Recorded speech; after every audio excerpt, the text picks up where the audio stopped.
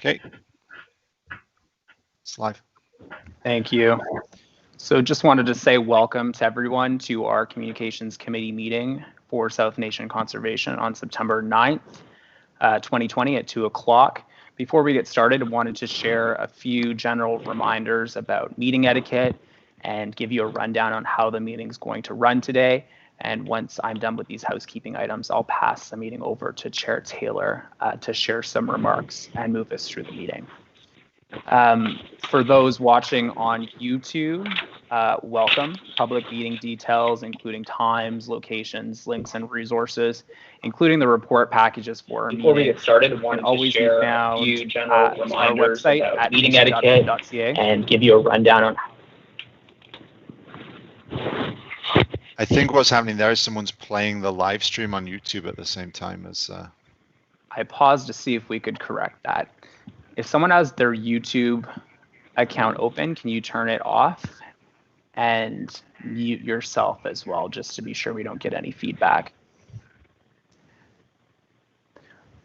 Like I said, our meeting resources are always on our website at nation.on.ca. At the very top of our webpage, you can click on About and select Board and Committees to view today's agenda package, select Communications Committee, and today's September 9th meeting date.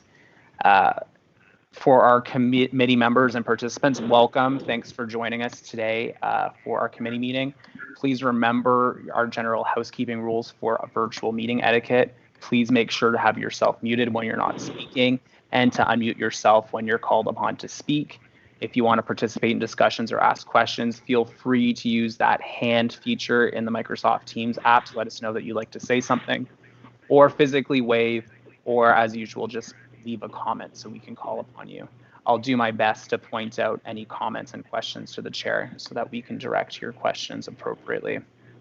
And on the comment of background noise and feedback loops, it is very important that you mute yourself when you're not speaking, or if you're using two devices, please make sure that only one of them has your microphone unmuted, just to make sure we don't create any feedback loops during the recording.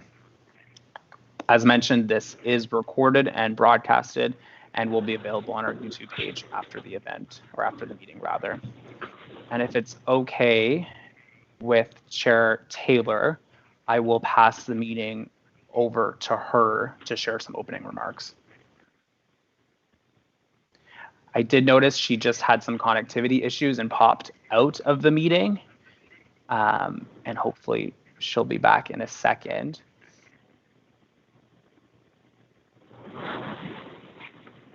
Though unorthodox, perhaps we can entertain any questions on meeting etiquette or procedure before we welcome the chair back into the call. Does anyone have any questions for me?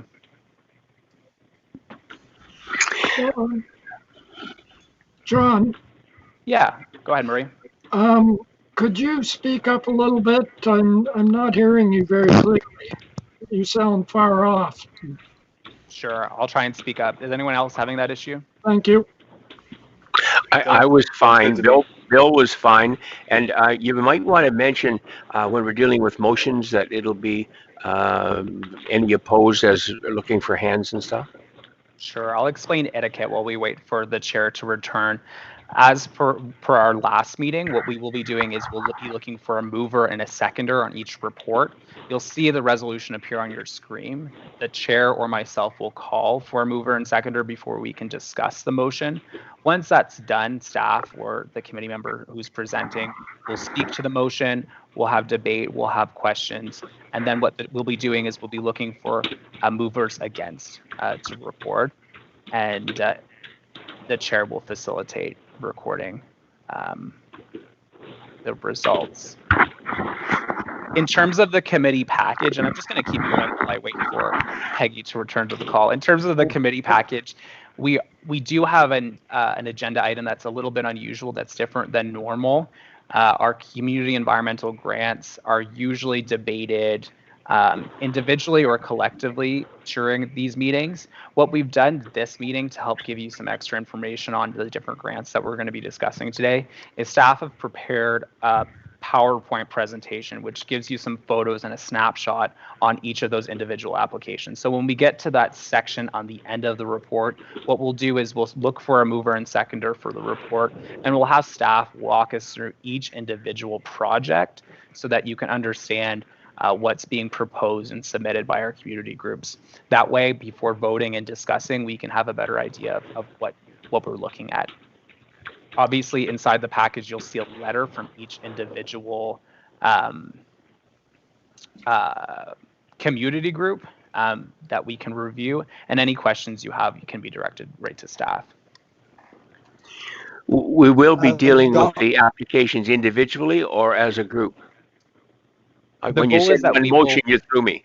Yeah, we'll put one motion on the table to approve them, and then during the debate or discussion, we'll have to separate that motion out and vote on them individually. Thank you. John, is there sufficient money for them all? Go ahead, Doug.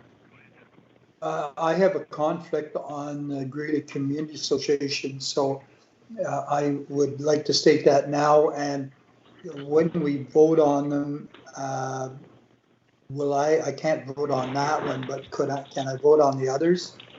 You can indeed, but I would like the expression to be presented to the chair. I don't want to start the meeting without the chair, but I think in the interest of time, because Peggy just texted me with an update on the issue she's having, I think it'd be prudent if we could appoint an acting chair until the chair can return so we can begin the meeting. Is Jerry on? Unfortunately, Jerry is driving the school bus today. Oh, thank you. Could I ask if Bill could chair the meeting? I think I made it in. Oh my goodness, saved by the bell, Bill.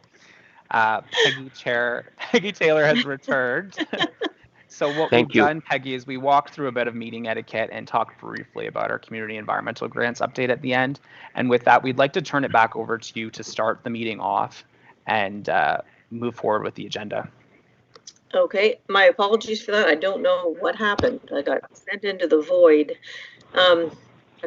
So I haven't got any remarks other than just in terms of starting off and it being this large a group. I may not see hands as quickly as I'd like to, so just bear with me when it comes to calling.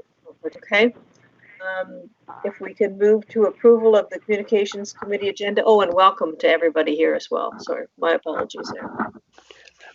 Bill moves. Moved by Bill Spurl, seconded Byron. by Byron.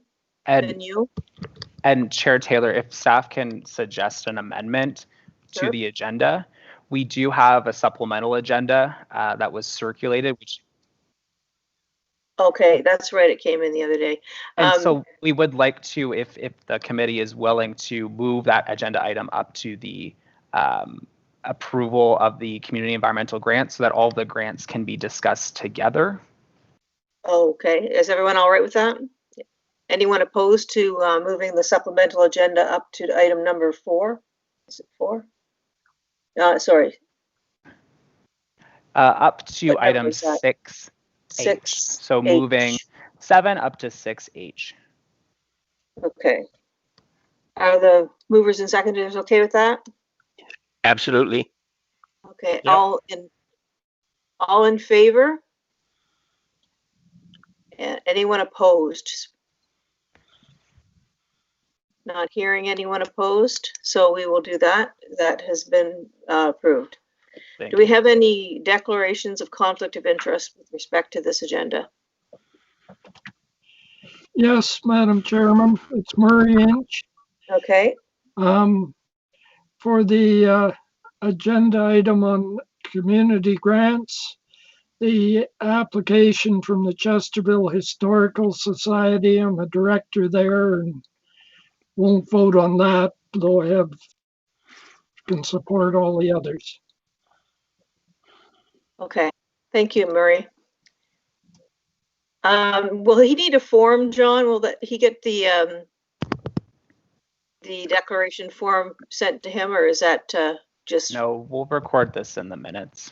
Okay, thank you. Anyone else? Okay, not seeing any. Moving on to the staff's. May I suggest, Mr. Thompson, if you'd like to restate your declaration for the chair?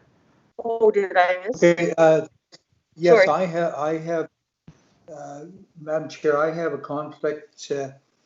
I'm president of the Greeley Community Association, and they applied for one of the grants, so I would have a conflict, and I will not be part of that discussion or voting. Okay, thank you. Cindy? You have to unmute yourself, Cindy. Yeah, sorry. Yeah, I just wanted to state that I am a member of the Russell and District Horticultural Society, and I see they've applied for a grant. And then I suppose the township grant might be considered one too. You have to be careful with these. Yeah. I'm not involved in anything anymore, so I'm good. Anyone else? So it's stated, you know. Thank Yeah. you. So that's it. I don't see another hand. Cindy's still, excuse me, still up. There's. And it looks like we're clear through. Okay, so I just lost my agenda here on the other computer. All right, so we're moving to the PowerPoint. Yes, thank you. As everyone knows, this is the part of our regular standing committee update where we present some updates to the committee members that aren't included in the regular agenda package. We always begin this PowerPoint update by recognizing the staff that have contributed to these programs and projects, and the compliment is on your screen as displayed. Karen, unfortunately, is off sick today, so I will be presenting her reports on her behalf under new business in the agenda. And I did want to make a note that Mary Guest, who was one of our most recent environmental outreach stewards that joined our team late last year to support our Stream of Dreams programming, has unfortunately resigned from her position due to medical reasons. I just wanted to state that and share that with the committee. We will be sending a card and a gift to Mary shortly, wishing her well. An unfortunate circumstance has occurred during COVID that prevents her from working at this time. So wanted to share that. And if anyone has any questions, I'd be happy to follow up on those questions after the meeting. But like I said, we do wish Mary well and do think she was a great addition to the program. Thank you. In terms of our COVID update, as most of you know, we've been working with other staff and the board to update some of our projects and programs to make sure that they had consistent and smooth delivery through the summer and fall. Sorry, there's a background noise of crinkling papers or something. Can we? Yep, someone needs to mute themselves. Thank you. Just want to state that these sorts of updates and activities are ongoing. We always post our updates online at our website. Sorry, John, I'm going to just ask you to, I guess. It's okay, I found it. I found the person just muted. Okay. Thank you, Carl. Appreciate that. These updates are always posted on our website, and we'll always do our best to keep you guys up to date with what's going on. If you subscribe to our monthly newsletter, this is one of the best places to see those updates, especially to programs and activities that are occurring in the fall. Our parks and our properties, our conservation areas are still open. They still have COVID-19 precautions in place. I know this is a topic of wide interest for committee members and community members alike. All of our parks are open. Some have washrooms, some don't. It really depends on the circumstance and the safety and risk around those sorts of amenities at our parks. And just to start off our meeting, we wanted to share a few updates that we provided to our board at our last meeting around visitation stats at our conservation areas. So as I'm sure you can expect, our visitation has been high. These numbers are received from trail and car counters that are at each of our conservation areas. They don't give us a full idea of exactly how many users are at our parks, but it's a very good metric for comparison to give us a snapshot of what we see in terms of visitation. So this is a year-over-year visitation count from 2016. The light blue bar on this chart is the visitation recorded at each of our parks in June, in the month of June. I thought I saw Tom's hand go up, John. Tom, do you have a question? No, he must- Thanks, Madam Chair. I was just curious in passing about the COVID instructions at the parks. How long will those stay up? We don't decide that, I suppose. Somebody else does.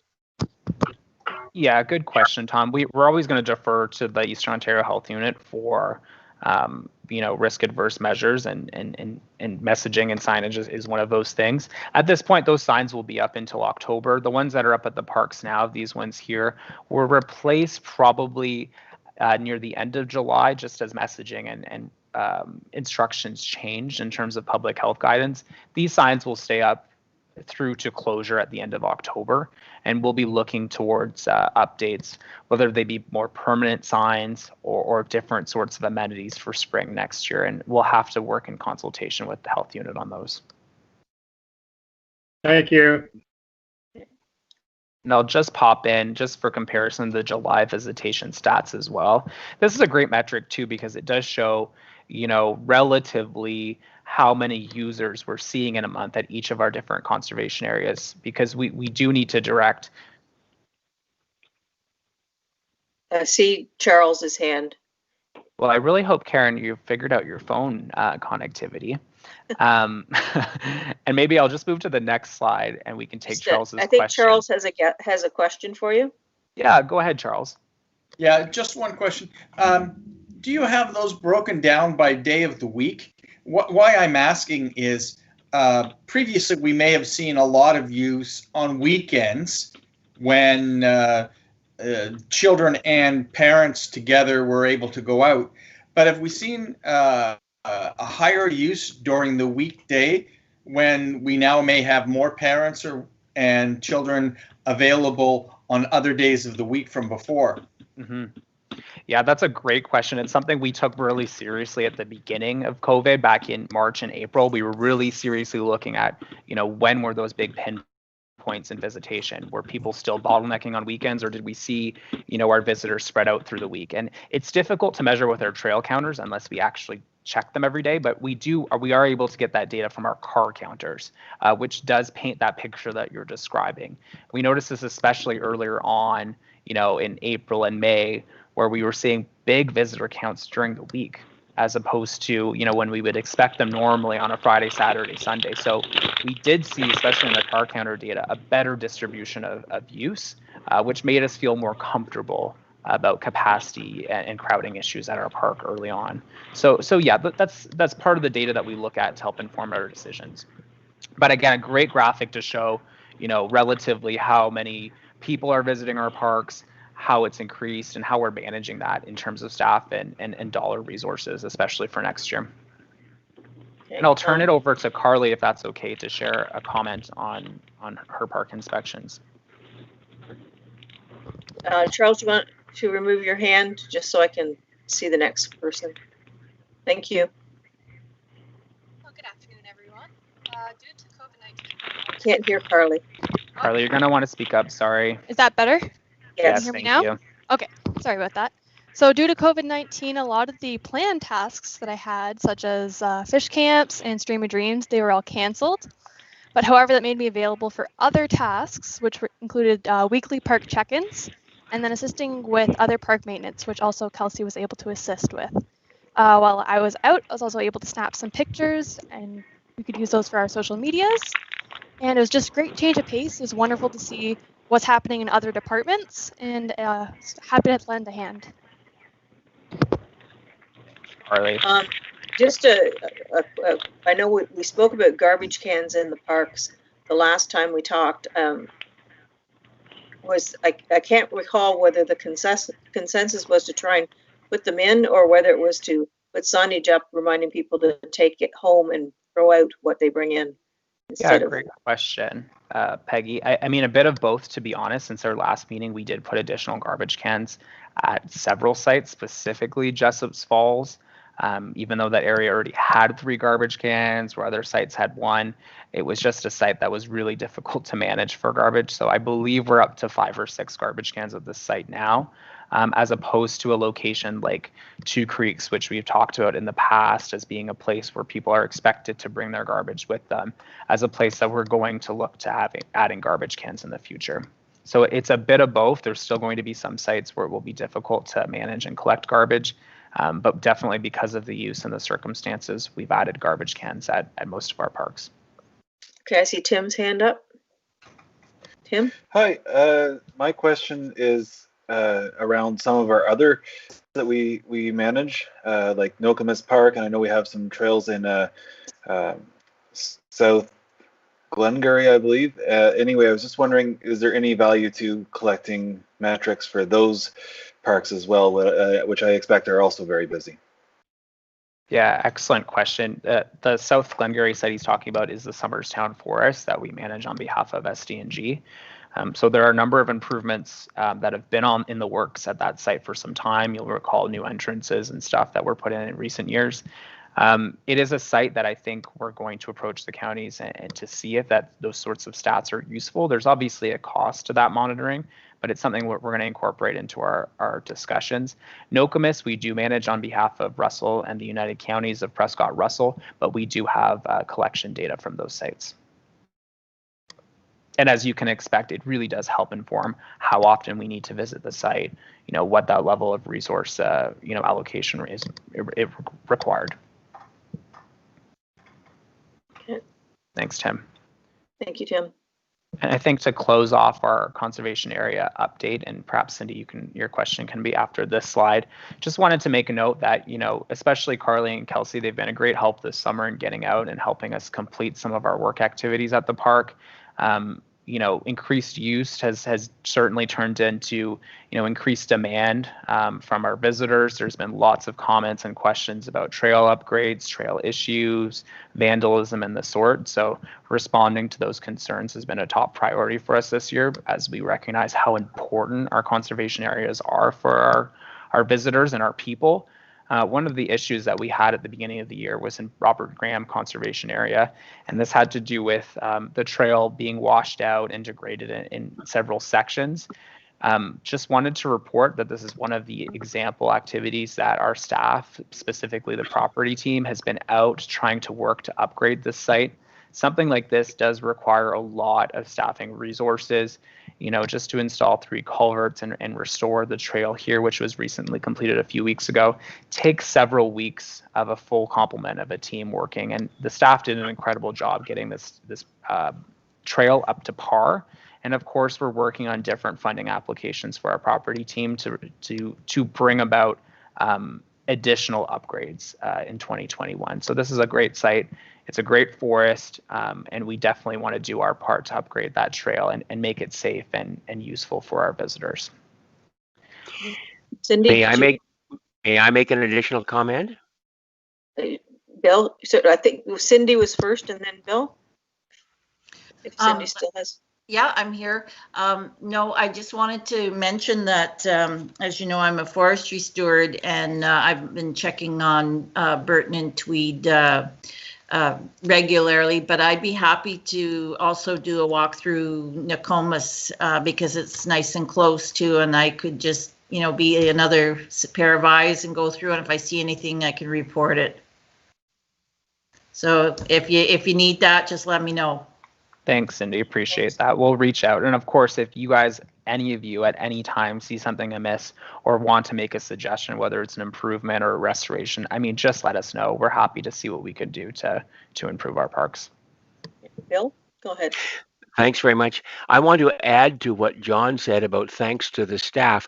And I want to thank not only John and the staff in his area, but the staff throughout South Nation for the work they've done and the way they've adapted to working from home and working in the field. And currently, we probably have a third of the staff in each day, and they're in a rotating schedule. And they've shown a heck of a lot of ingenuity in how they approach the tasks they have and how they work together from a distance, if you like, and how we can still achieve so much with South Nation. So I just wanted to say a special thank you and make you all aware and let you know as well that the board, I mentioned this to chairs when I spoke with them, but the board will be meeting for the first time, if all goes well, on the 17th in person at South Nation. It will just be board members. Staffers will be online. The program, the meeting will be streamed, but it's to give a trial. We'll be following all of the rules that we have, masks and sanitary wash for hands and being careful what we do and how we do it, etc. But it's a trial in a starting area, and it will be actually the completion of our annual meeting. On another topic, at the last forestry meeting, I suggested that that we have the different forests in our South Nation identified, and we have forest stewards, but not in all areas. And I thought if that information can be put together, circulated, collated and circulated, then we as board members and committee members can perhaps encourage or look for persons in areas that might be interested and not really know about being board stewards. And there's lots of research that says that most people don't just call in and say, I'd like to do whatever. They usually are involved because someone asks them, and someone encourages them, and someone shares information with them. And I think that's one of our tasks as committee board and board members. Thanks, Bill, for that. John? Yeah, we'll move on to Taylor. Good afternoon, everybody.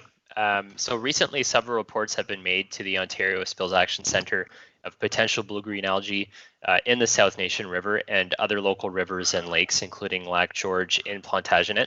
Specifically in the South Nation River, reports of a potential bloom have included areas in Inkerman, Jessop's Falls, and Wendover. Results in almost all instances have confirmed a minute presence of blue-green algae, but not enough to be considered an algal bloom.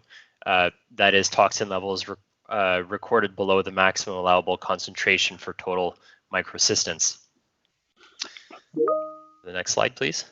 So we've been communicating extensively with the local district MECP office in Cornwall, they're the ones who, when they receive the report from the Ontario Spills Action Centre, they're the ones who go out to take samples in our region and report findings and results. We've also been in touch with the Eastern Ontario Health Unit to install cautionary signage on site in Jessop's Falls. So as you can see here, this was a picture of the signage we installed at the park in Plantagenet.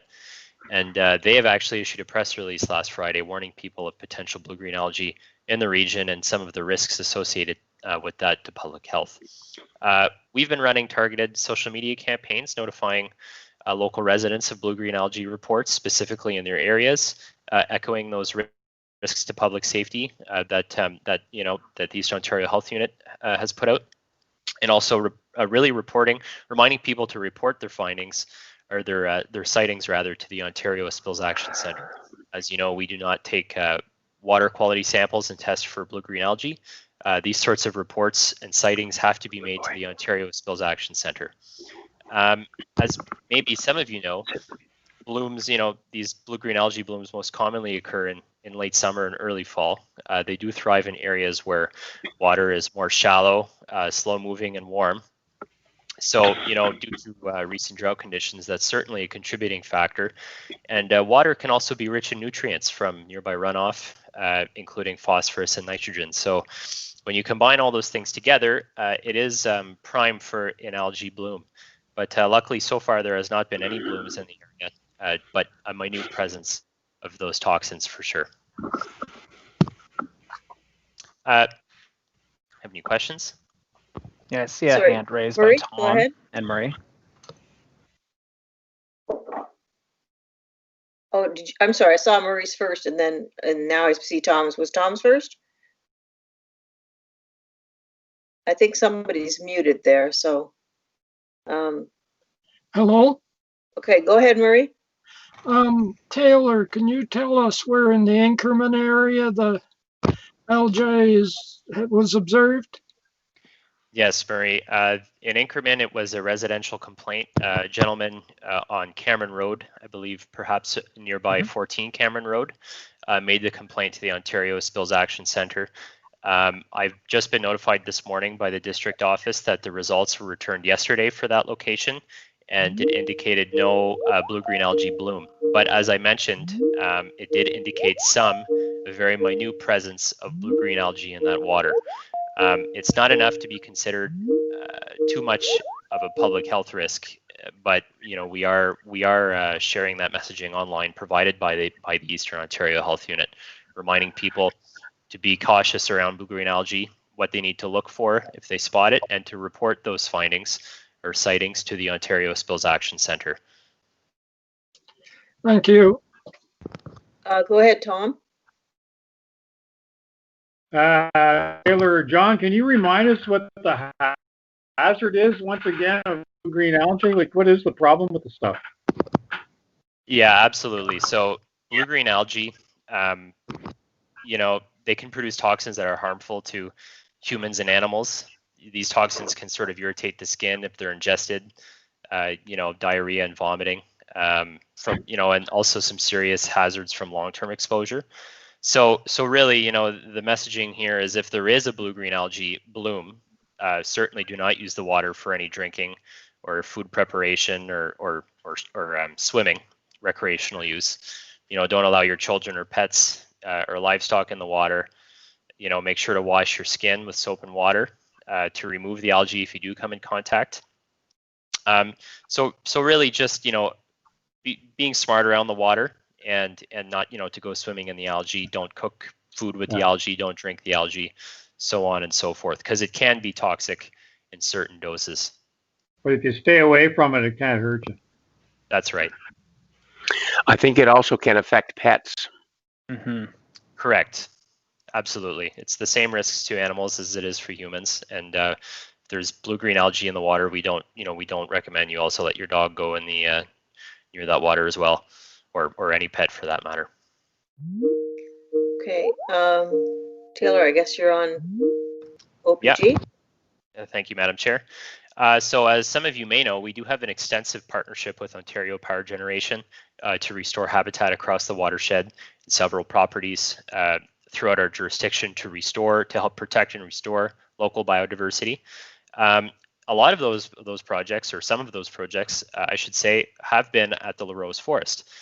So recently, we did install these signs this summer in the Larose Forest to showcase our partnership with Ontario Power Generation, some of the work that we've done to restore habitat in the forest. So these two signs, if you do happen to get out to the forest and go for a hike, you may see them along your way.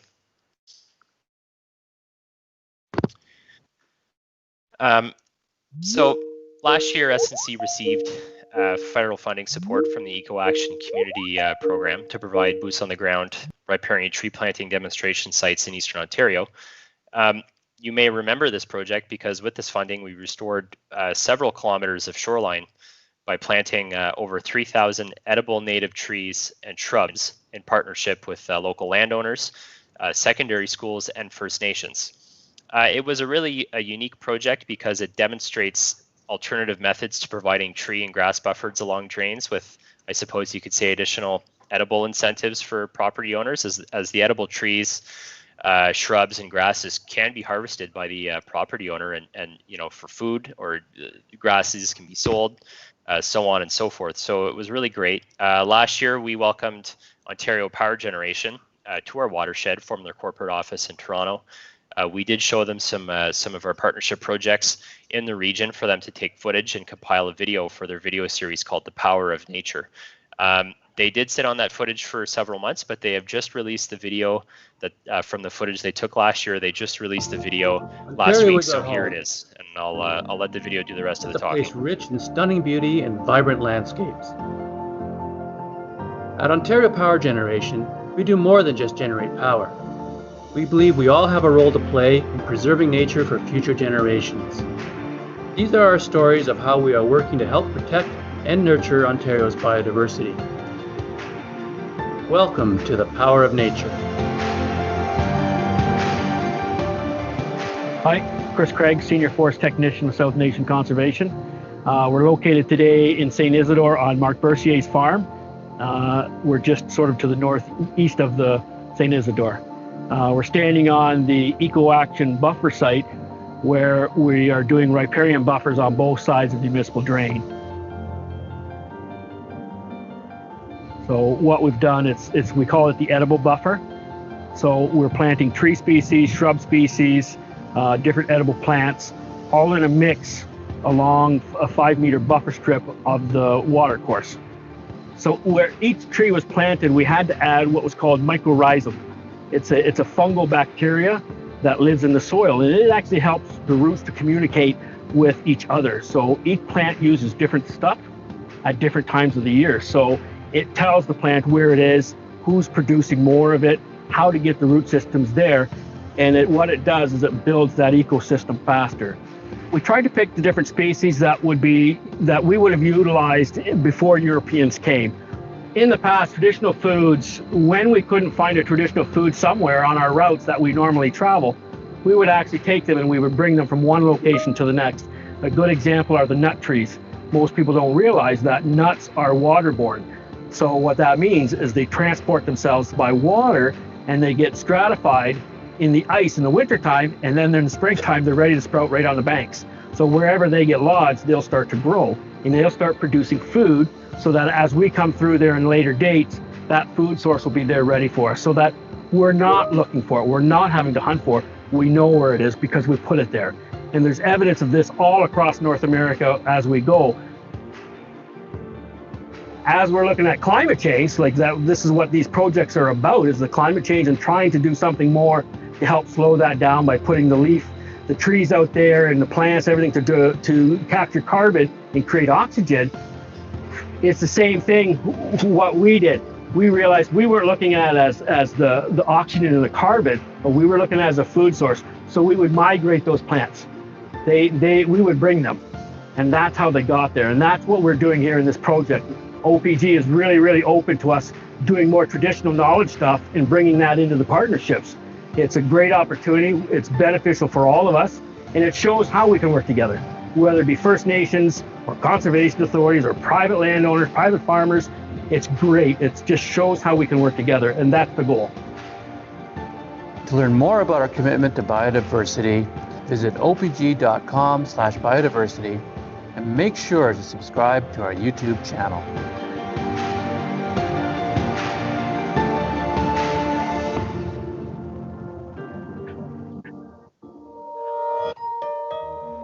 Tom, you have a question? Yeah, I'm wondering how much distribution this is getting. I find this a very interesting video, and Chris is just a natural host. I like this video quite a bit. Is this on our website, for example? Does it getting any other distribution? Yeah, that's a great question, Tom. Absolutely. So primarily it is being featured on OPG's social media networks, and they have several thousands of followers on Facebook. I believe in the somewhere in the range of 10 to 12,000. And they also have several hundreds of followers on their YouTube channel. But we've gone above and beyond that, and we've shared it on our networks as well. So it is pinned to our YouTube channel. If you go to our YouTube channel and you visit our homepage, it is pinned to the homepage. But we've also shared it online on our Facebook page, and we really did a whole social media campaign around it to drive traction and traffic to that video. And of course, we'll continue sharing this in the coming weeks. It is a video that we can recycle and reuse several times, and it is, Tom, yeah, it is a great video, really well produced, that featuring this project and traditional knowledge and our partnership with Ontario Power Generation that we're really proud of. Okay, thanks a lot. Any other questions for Taylor? It's very well done. Anyway, very interesting. Still, Taylor, you're on the. Yeah, thank you, Madam Chair. If any of you have made it out to any of our public open houses for floodplain mapping updates or any other public engagement sessions, you may remember our what we call an augmented reality sandbox, which for the longest time was sort of a wooden looking structure in the corner of a room, very well designed, I may add, by a staff member. But an augmented reality sandbox really is a 3D interactive dynamic educational tool to help understand, I guess, mapping and topography and watersheds and natural hazards. You know, you can really dig your hands right into that sand and actually build a watershed So there is a projector. There's a projector up in the unit, up the top half of that unit, and it picks up your movements of your hands in the sand. But we've decided to elevate our experience a little bit, and what we've been doing is working with a company out of Toronto who's designing actually an AR sandbox for us, and they've done several units for some of our partner conservation authorities across Ontario. And these are some of the design mock-ups that we've recently received of the unit that we hope to use again someday soon at a public consultation when we're able to do those again.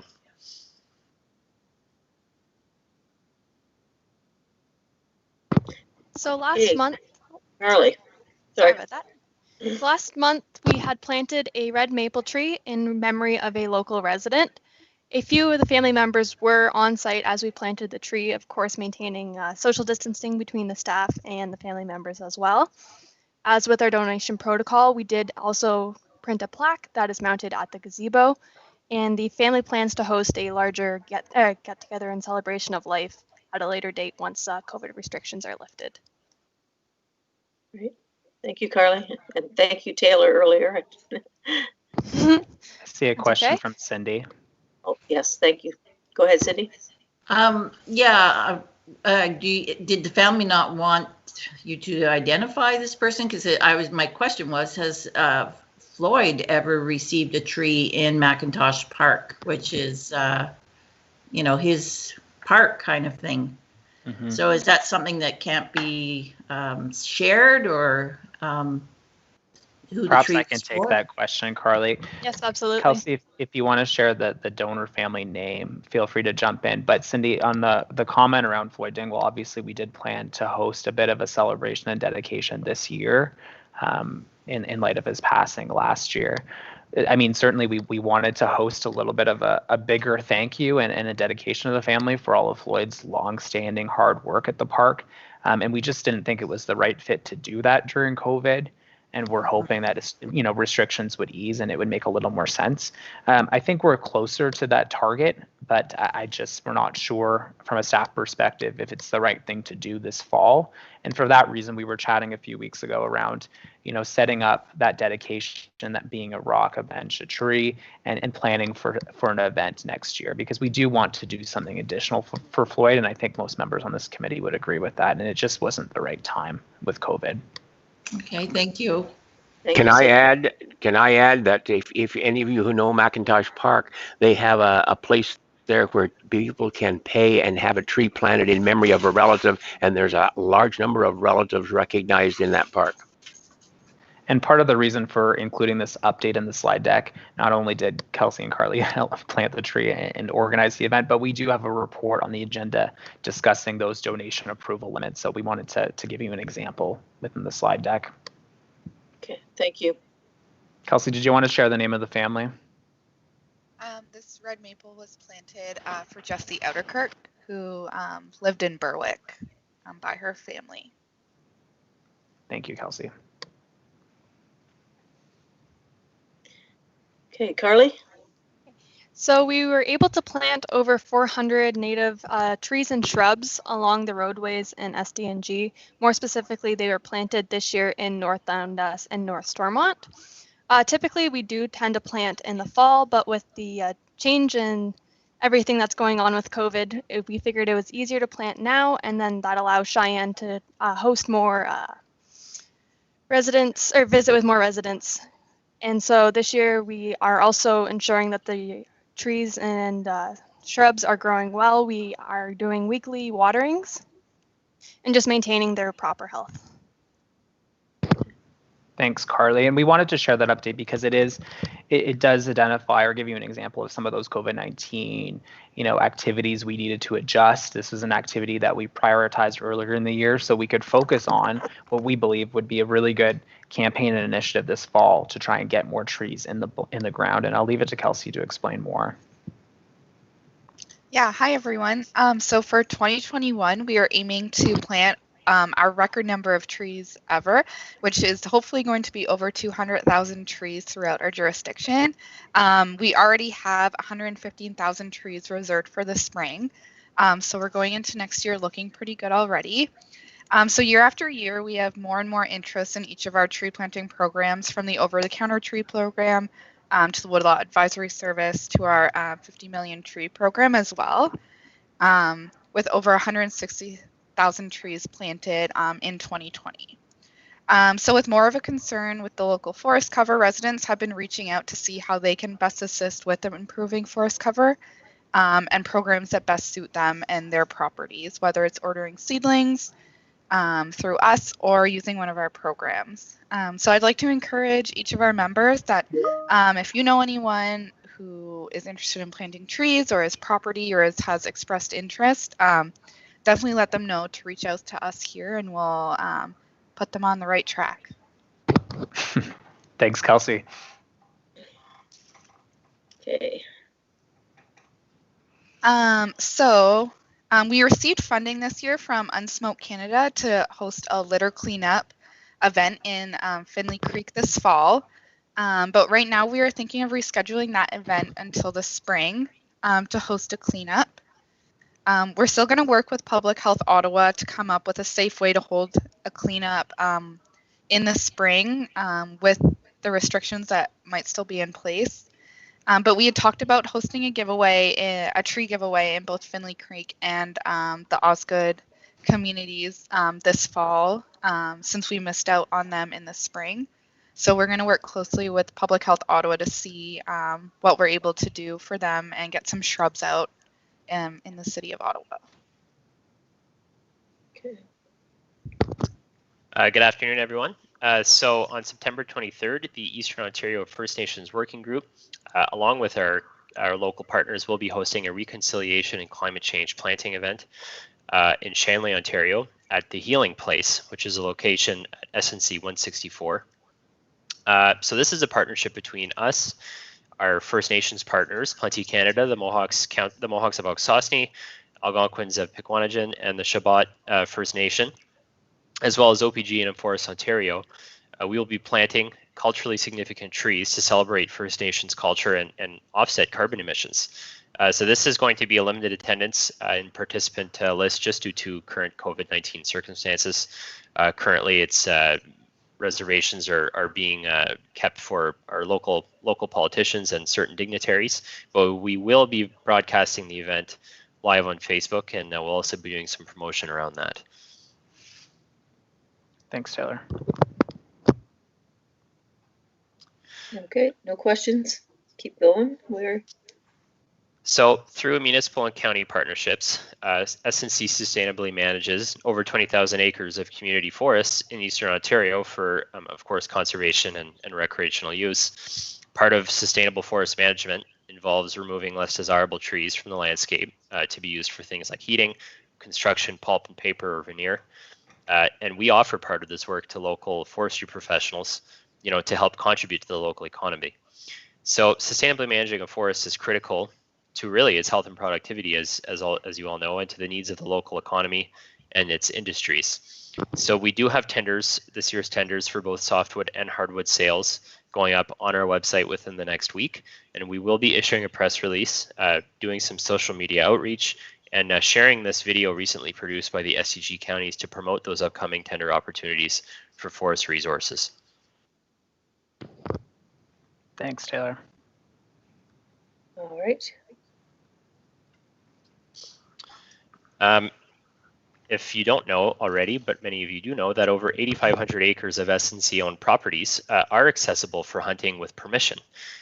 So these are not conservation areas or any areas where managed trail systems exist. That is prohibited on those such properties. But we do offer, several thousands of acres of land that is accessible for hunting only with permission from SNC. So it's a $100 permit cost for watershed residents paid to us, but you also require provincial hunting license and proof of liability insurance.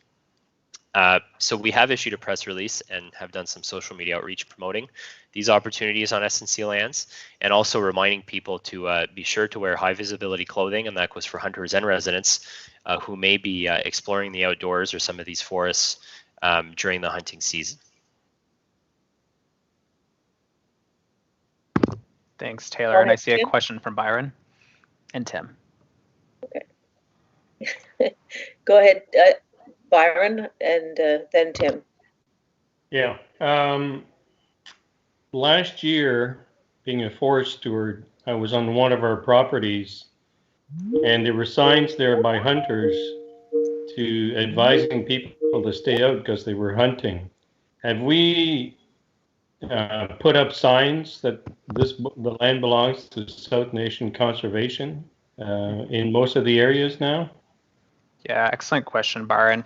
I think many of you will recall that we were trying to install boundary signage at all of our properties over a 5-year window, just due to the sheer number of properties and costs to do that. We're pretty along in that process, Byron. There's still a number of properties that need additional signs or to be signed altogether, and we're hoping to complete that this fall.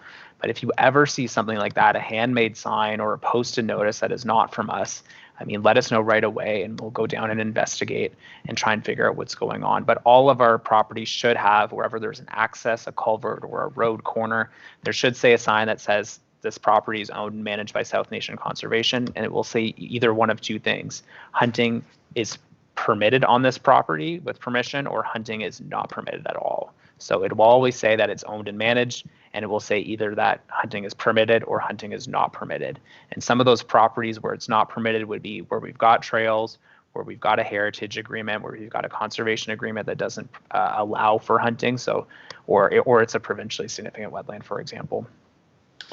This property, there's a trail on it, and it's on concession 4, and there was a lady walking her dogs who got severely chastised by one of the hunters for coming on the property with her dogs. And she didn't take too kindly to it. She was scared. Mm-hmm. Well, it is concerning, and it's part of our regular messaging too. I mean, we definitely don't want hunting on any park that has a trail or has, anytime there's visitors going to the park, it's not allowed for good reason. It's a safety concern for us, right? And we want to do everything we can to protect our visitors and create a good, safe hunting space for our hunters as well. So we need to make sure that those properties, we don't have hunting on those properties. If you see something, like I said, Byron, let us know right away. Yeah, I will. Thanks, Byron. Tim? Yeah, so I got a question relevant, or a comment, I guess, relevant to the last question. So I know of there's a property sort of in and around the Laurels Forest where some people have gone geocaching, and there's people that live nearby that say, no, that's private property, although it is very much South Nation property. So anyway, there's definitely another place I could suggest getting maybe moved up on the list if you're just sort of going to remote areas that was putting up signs that are not likely to be seen anytime soon by anyone.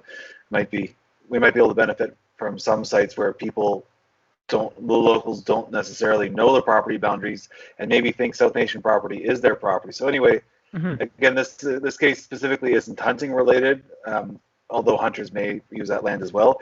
It's just probably good for locals to know where does the forest start and stop. So anyway, coming back to my actual question, I was wondering, I know in the past we experimented with our hunting program, managing how many hunters went to specific properties or who was going to which property. Is that still being done, or is it sort of just permission to hunt anywhere at any of our hunting properties? Yeah, good question, Tim. And on the first point, obviously, like you mentioned, if there's something that you think somewhere that would benefit from a sign sooner rather than later, let us know and we'll look into it. I'm sure we can make that happen right away. On the hunting and trapping permits, for trapping, we designate specific areas to ensure there's no overlap, and that's done very prescriptively to ensure there aren't any overlap. For hunting permission, it's not done the same way, and it's something that we've been evaluating this year and hope to implement a new process soon. But at this current state, what we do is we do provide one permission for all of our properties, or rather all of the 85,000 acres, or 8,500 acres rather. There is kind of an unspoken, rule. Everyone has to check in with We do have to check in. Everyone with hunting permission is required to check in with Phil from our team, who does work with them to try and make sure that there's not too much overlap, especially new hunters. They want to know where to go. They want to know what spots might not be taken. So those conversations are best left with staff. But like you've mentioned, we are looking to a new process in the future, especially as the demand increases for sure. Just for information, Bill here, how many permits were issued, and is it still a concern that there may be some hunters going in without permission? That's always going to be a concern, Bill, I think, and that's why it's super important for, if someone hears about it or sees it, to report it so that we can investigate or send that investigation over to our conservation officers, which has happened in the past. At this point, we are seeing. Welcome back, Karen. It seems as though we are receiving more than 100 permits per year for hunting. So it's significant, but it does, change and adjust year over year. And we're expecting more or less the same as last year. Okay. Tim, another comment? Yeah, just a quick question. How does our hunting program compare to Prescott Russell's any permitting any hunting in Larose Forest? The process is certainly similar, especially with that of SD&G as well. So both of the counties have their own permission requirements. You still require your permit from the province and your insurance requirement as well, but the fees will be different based on the forests. But the process is the same. You still require permission from the counties to hunt. Okay, any other questions on this?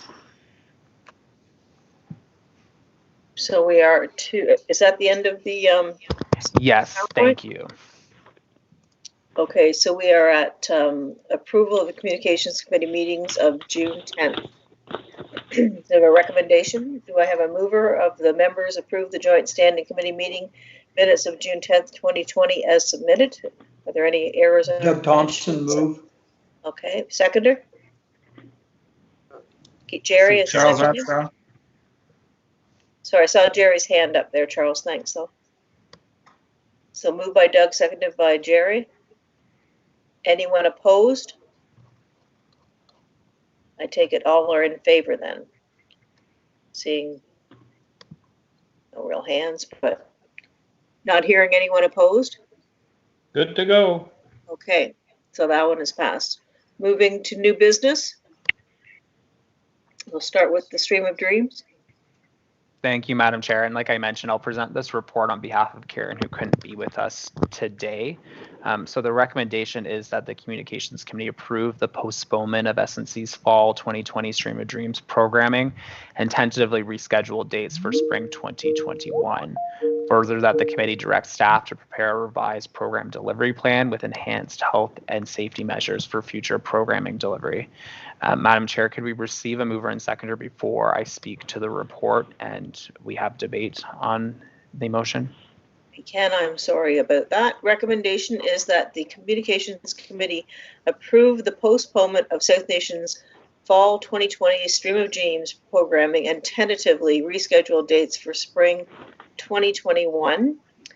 And further, that the committee directs staff to prepare a revised program delivery plan with enhanced health and safety measures for future program delivery. Do I have a mover? I see Byron. Byron, and a seconder. I see Tim. Thank you. So moved by Byron, seconded by Tim.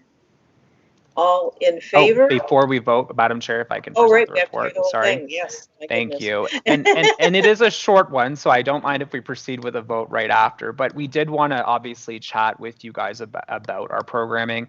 Our educational programs, were impacted pretty heavily this year. We did have a successful partnership with the Ottawa Carleton District School Board to deliver the Stream of Dreams program in some schools this year. which we were really looking forward to occurring. As you know, though, like most of our programs, we've had to update them, as things sort of evolved and progressed. And at this point in time, we agree with the school boards in that it's probably best for us to postpone our already committed school programs to spring 2021. Now, it does seem like some schools are certainly interested in getting some plans together to do revised delivery, whether it could be outside or in a different format. And this is what we'd like to take some time to think about this winter and come up with a revised plan so that we can hit the ground running in 2021 with health and safety measures in place. But like we mentioned at this time, we believe it's best to postpone them and try and plan for those activities in 2021. And further, we do not recommend accepting new requests. Those, of course, schools are interested. We love the program as much as they do, I'm sure. So at this time, we are just simply suggesting to maintain those 4 schools that were committed this year and have them on the books to deliver next year. If I could, Madam Chair, I'd like to add to that. I compliment John and the staff for moving in this direction, because at the executive meeting earlier, yesterday actually, there was some discussion as to some teachers are talking about it's important to perhaps do more education and more work outdoors, and the comment made during our executive meeting was that perhaps there's a place for South Nation to make recommendations and to be involved in some of that outdoor activity, and even in some of our outdoor spaces. An example might be the Oshman Forest. So right direction, John and staff. Good luck, and move it along as quickly as you can, but as efficiently. Thank you, Chair. Madam Chair, it's Doug Thompson. I just want to follow up with what Bill was saying, and yes, it was brought up at the executive meeting yesterday that this, hopefully, John and his team would spend some time taking a look at possibilities for outdoor education at some of our facilities, but also working with the school boards and the teachers to provide assistance in outdoor education at the school's locations or nearby, because there have been some programs on TV showing that there is a renewed interest in being outside with the students, and even in the winter time. So this is hopefully a direction, as Bill pointed out, that John could take a look at and be able to come back to the board with some proposals, as soon as possible. And one further comment from Bill, and that is that the Ottawa Board has stated no other interactions, but there are several boards under our jurisdiction, and I don't want any of us to be unsafe or any of them to be unsafe, but I think it's worthwhile watching what each of them are thinking and moving along with, and maybe there will be opportunities to do some trials with 1 or 2 that don't completely exclude. So we're moving in the right direction with the study that's going on. John, thank you. Okay, thank you, gentlemen. Any other comments on that before we vote on it? If everyone could click on the hand if they are in favor, that would be great. All in favor? Okay, I can't find my hand, sorry. That's okay. Anyone opposed? No one seems to be opposed, so that is good. Thank you. So moving on to the bus cancellation. So it is recommended that the Communications Committee approve the cancellation of the 2020 SNC Annual Watershed Bus Tour. Do I have a mover? Tim, seconded by? Charles? All right. So who's doing this? Kelsey? Yep. So for the past 16 years, SNC has hosted a fall bus tour across rotating regions of the jurisdiction to showcase SNC's programs, services, conservation areas, and past and current project sites. So due to the current COVID-19 pandemic, the 17th annual bus tour was not planned by staff. So should an annual bus tour no longer meet the needs of SNC or be supported by future public health measures, staff will be directed to work with the communications committee to come up with alternatives to the annual watershed tour in 2021. So just if anyone has any ideas or suggestions on different ways that we can showcase our watershed in our jurisdiction other than the bus tour, please feel free to let me know and reach out. Cindy? Go ahead, Cindy. Cindy, you're muted. Sorry. Thank you. Yeah, no, I'm of course disappointed. I think I've been on every one. But one idea that, maybe not for this year, but say next year it's still in similar situation. But sometimes we could maybe meet at one of our conservation areas and, have a guided tour or a tree identification tour, or you could have Chris identifying plants and edible plants and what's on the forest floor, and people could social distance a bit and wear a mask if need be, but you could still meet at a certain area, and then limit the number of people, of course, that could partake in that activity. It's just an idea. I just wanted to throw it out there. It's a good idea, Cindy. Very good. Tom? See a hand for Tom. Yeah, I just want to clarify that our objective is to bring the bus tour back next year. Yeah, our hope is that we'll be able to host the bus tour again, as long as everything's good to go. We just thought maybe we could come up with some alternative options ahead of time in case for some reason the bus tour isn't able to happen. But our priority is to bring back the bus tour. Yes. Because that's a very popular program. I'd hate to see it disappear. Okay. Byron? Thank you. Thank you, Tom. Byron? I just wanted to point out that there are bus companies that are on the edge of failure right now. And these are the big guys, where you have all of the big liners. There's 50 of them sitting on a lot here in Rockland.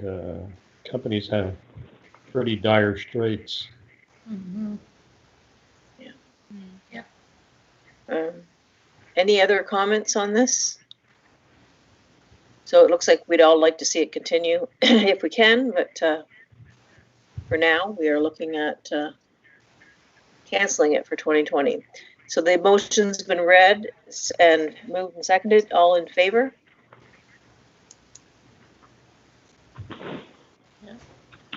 Okay, I see all the hands up. Anyone opposed? I just see one hand opposed. So that passes. We're good to go. Actually, I don't think it was meant to be up. There you go. Good.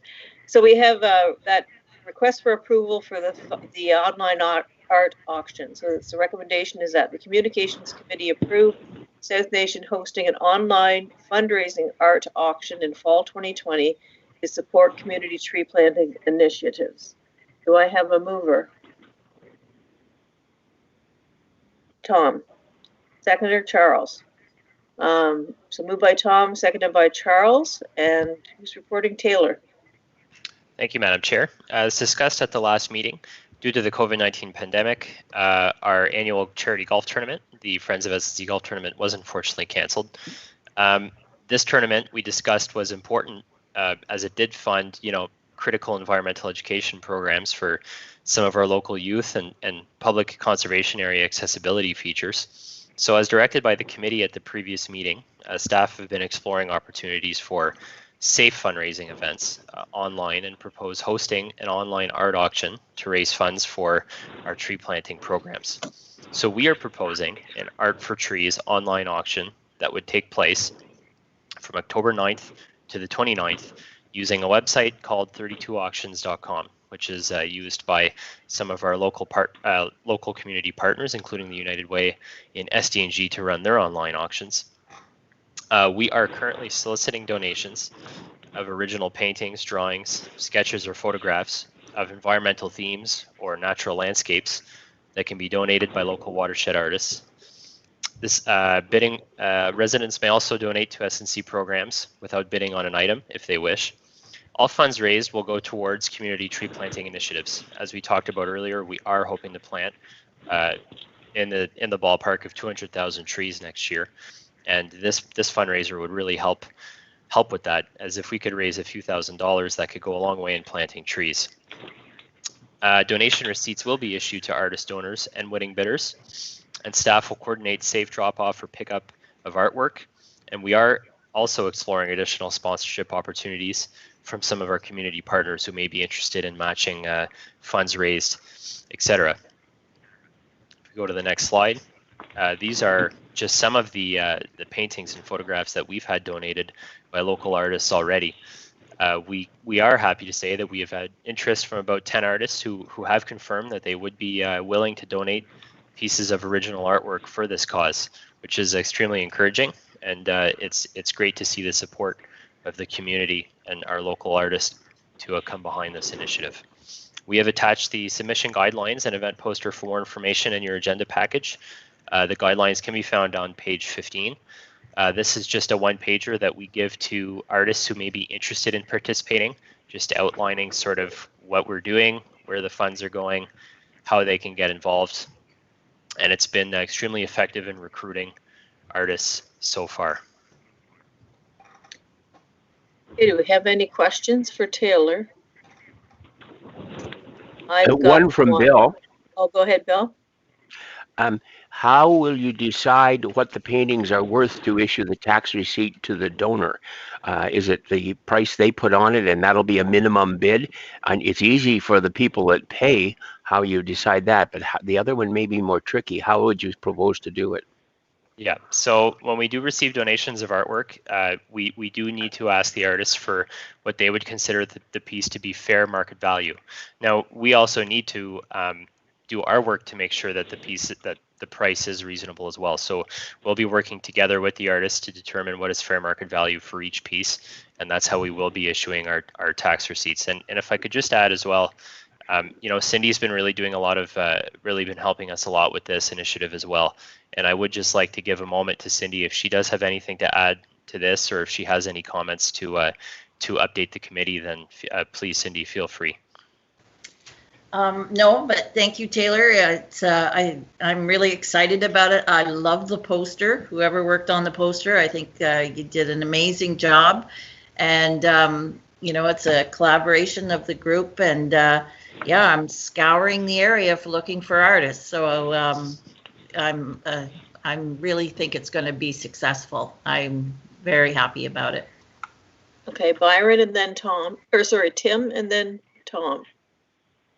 Are we still looking for artists? Yes. So currently we have received interest and confirmed from about 8 to 10 artists, and we are looking to, you know, receive anywhere from 10 to 20 donations of art. So yes, we're still interested in connecting with artists, receiving additional donations. So if any of you on the committee, if you yourselves are artists, or if you know anybody who is an artist, then feel free to reach out to me or a member of the team, and we'll be in touch. Okay, because there's an art club here in Wendover. Okay. And I can, I know a couple of members, so I'll ask around. Yeah, that would be excellent, Byron. Please, if let's connect over email. I'll send you an email following this meeting, and perhaps we could get in touch with the art club. That would be excellent. Thank you. Okay, good. Okay. So we have Tim and then Tom. Yeah, so I reached out to a local Russell artist that I know that Cindy hadn't gotten to yet, and she lives across from Burton Conservation Area and does great work. So she's willing to donate. I encourage her to register officially, so hopefully she's already on the contact list. But anyway, she's going to pick out something from her portfolio to donate. Just she can't work on a specific piece, but in this short of time, just because of she's got 3 kids going into school this year and just sort of managing all the things that go along with that.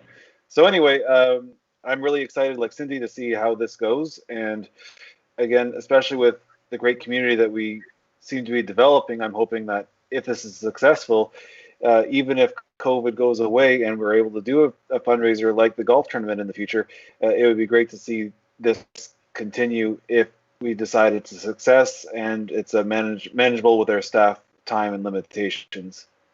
Okay, great. Thanks, Tom. Is there any limit to the number of donations we can take? Can we take 30 pieces, for example? Well, one thing we want to consider, Tom, is that we don't want to saturate the auction and how many pieces are available. So we have set a limit of about 20 pieces, but we are flexible. We are flexible in looking at that number and seeing where we need to go to perhaps increase funds raised, etc. So we are looking for about 10 to 20 pieces. We are flexible to that for that number. But as I said, we don't want to have too many pieces of art, as we don't want art to be auctioned off, you know, at lower prices or have too much selection, for instance. So Taylor, which package did you take with the 32 auctions? Did you go for the free one, or it sounds like if you're limiting at 20, you went for the free package? Yeah, so 32 Auctions is a website that we're going to use for this auction. The free package comes with all the functionality that we're going to need to host this auction. There is a limit of 20 pieces to showcase on the free option. However, it's a simple fee, upgrade fee to host more pieces online on that website if we do receive more. And Tom, is that if I may make a comment, I want to compliment the staff and others involved. This is the kind of idea and fresh look at how we can do things that is really important to South Nation. Yeah. Thank you. So I see Tom's hand, I think, and Byron's. Yeah, just one more clarification. So 23 auctions, or is it 32 auctions? They do all the work in terms of sales? That's right. So we would connect an account with our account with them, so they would take care of credit card transactions, depositing money into our account following that. And it's extremely intuitive in that somebody can bid on an item, and if somebody outbids them, then that person would receive a notification. So it's you know, there were some early discussions about, you know, maybe just doing this on Facebook and having people comment on pictures and what have you, but really keeping it all in one central location on a platform like 32 Auctions not only makes us look more professional, but I do think that it would increase the amount of funds that we're going to raise through this auction. It'll keep things streamlined and organized for the better, I do believe. Taylor, I know that you're paying them, and so sorry, Tom. Why would they do it for free for under 20? Why would they do that for free? I'm sorry, say that again. Said, under the 20, why would they do it for free? Apparently they do it for free if it's under 20. What do they get out of it? Yeah. Well, they're of course hoping that you know, they offer certain incentives for a free platform, and then of course they're hoping that organizations, if they want to upgrade their plan, then they will. So again, I mean, that is a possibility, but so far it's looking like the free platform will have all the functionality that we need to host this auction professionally. And as I said earlier, if we do need to upgrade on that website, it's not a huge cost to do so. You can pick and choose which options you wish to upgrade for a minimal fee. Thank you. Byron? I was wondering who sets the price, the initial price? Is it the artist or is it us? So we're going to be looking at that based on the fair market value of the piece, and there will be some consultation with artists as well, just in terms of what minimum bid requirements would be appropriate. Of course, you know, it may not be feasible to start a minimum bid at $500 or $600, but we will look at that and we will look and see where would be appropriate for each piece. And we'll also be reaching out to some of our corporate sponsors from previous golf tournaments. We've already received some interest from corporate sponsors who have told us, hey, you know, we'll start the bidding on a piece for $500, for instance, and that would sort of make up for what would have been a corporate sponsorship at your golf tournament. So we're looking at different ways to accommodate that. You know, we've heard from a couple of artists that, you know, they don't want their pieces to be auctioned off at a rock bottom price, and we're going to do everything that we can to avoid that. And that also comes with some outreach and some social media promotion leading up to that auction, really promoting the talent and the work that we have acquired for this auction, and really reminding people that, you know, to acquire a piece through this auction, you're getting really a local piece of work, a high quality piece of work from a local artist, and all the funds raised are going towards this incredible environmental initiative. Okay, Cindy? You got to unmute yourself, Cindy. I do this all the time at council. I don't know why I'm forgetting today. I'm also trying to get sort of a cross section of art. So, you know, say a photograph that would be, I didn't want everything to be starting at 500, which would eliminate a lot of people of even being able to participate. So I'm trying to also look for some things that will be sort of affordable, let's say, but still raise a substantial amount. Okay. Taylor, when I gleaned through their page online, I noticed that they said all the monies were in American dollars. Does that mean that when folks are bidding on items, if they're thinking Canadian, it's going to be American that they're end up paying out, or do you? You can actually choose the currency that you wish to work with. So Canadian currency is an option through 32 auctions. Perfect, thanks. I just didn't see it when I was going through. Any other question? Tom, your hand is still up. Is that another question or just a hand that didn't get put down? Tim? Doug Thompson has a question. Doug, sorry. Go ahead.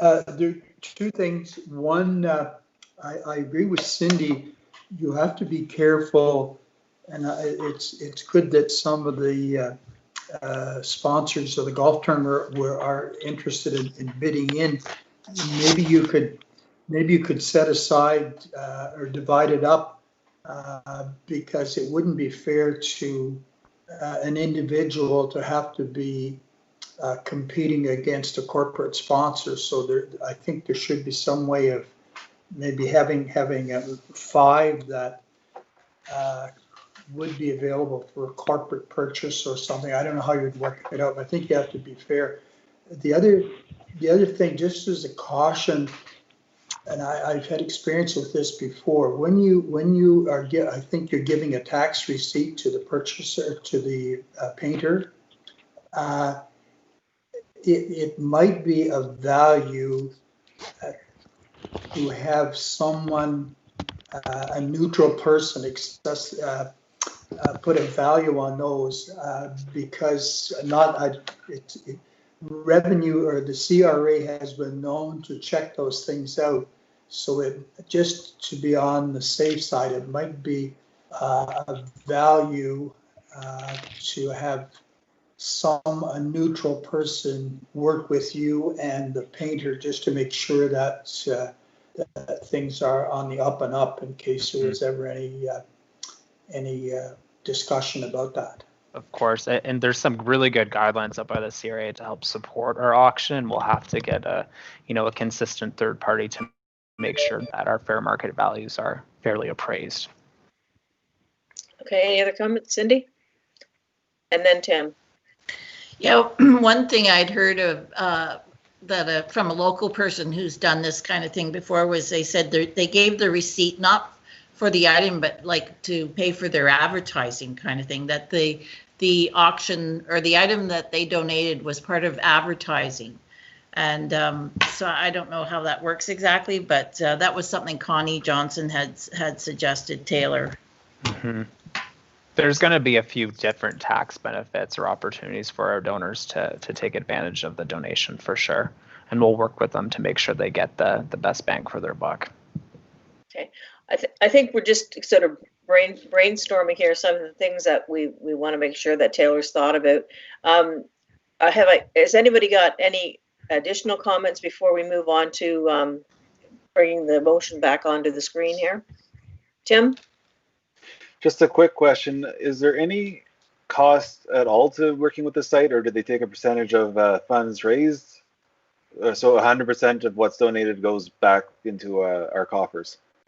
That's right, Tim. So this site does not take a percentage of funds raised. The free version is entirely free, and if like I said, if we do choose to upgrade for certain features, it's a one-time fee. Great.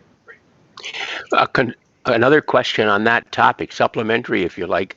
I'm glad you're checking this carefully, because with the costs of the Visa, anybody using Visa knows that there's a heck of a lot of costs there, and the company has to pay them and has to have that ability. So unless they're quite affluent and quite interested in being good to their community, there's something I'm missing. Well, Bill, that there would be a checkout process. There would be probably credit card fees applied to the checkout. So whoever's purchasing an item would be required to perhaps pay a $5 Visa checkout fee, for instance. That's an example. Thank you.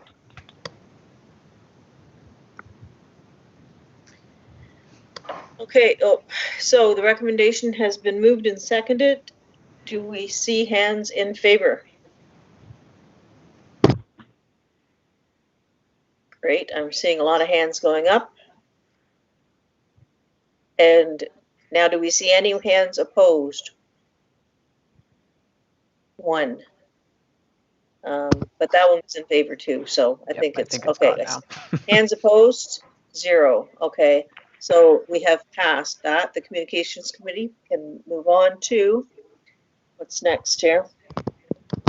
The Art for Trees submissions. Kelsey? Is that, yes, Kelsey is up.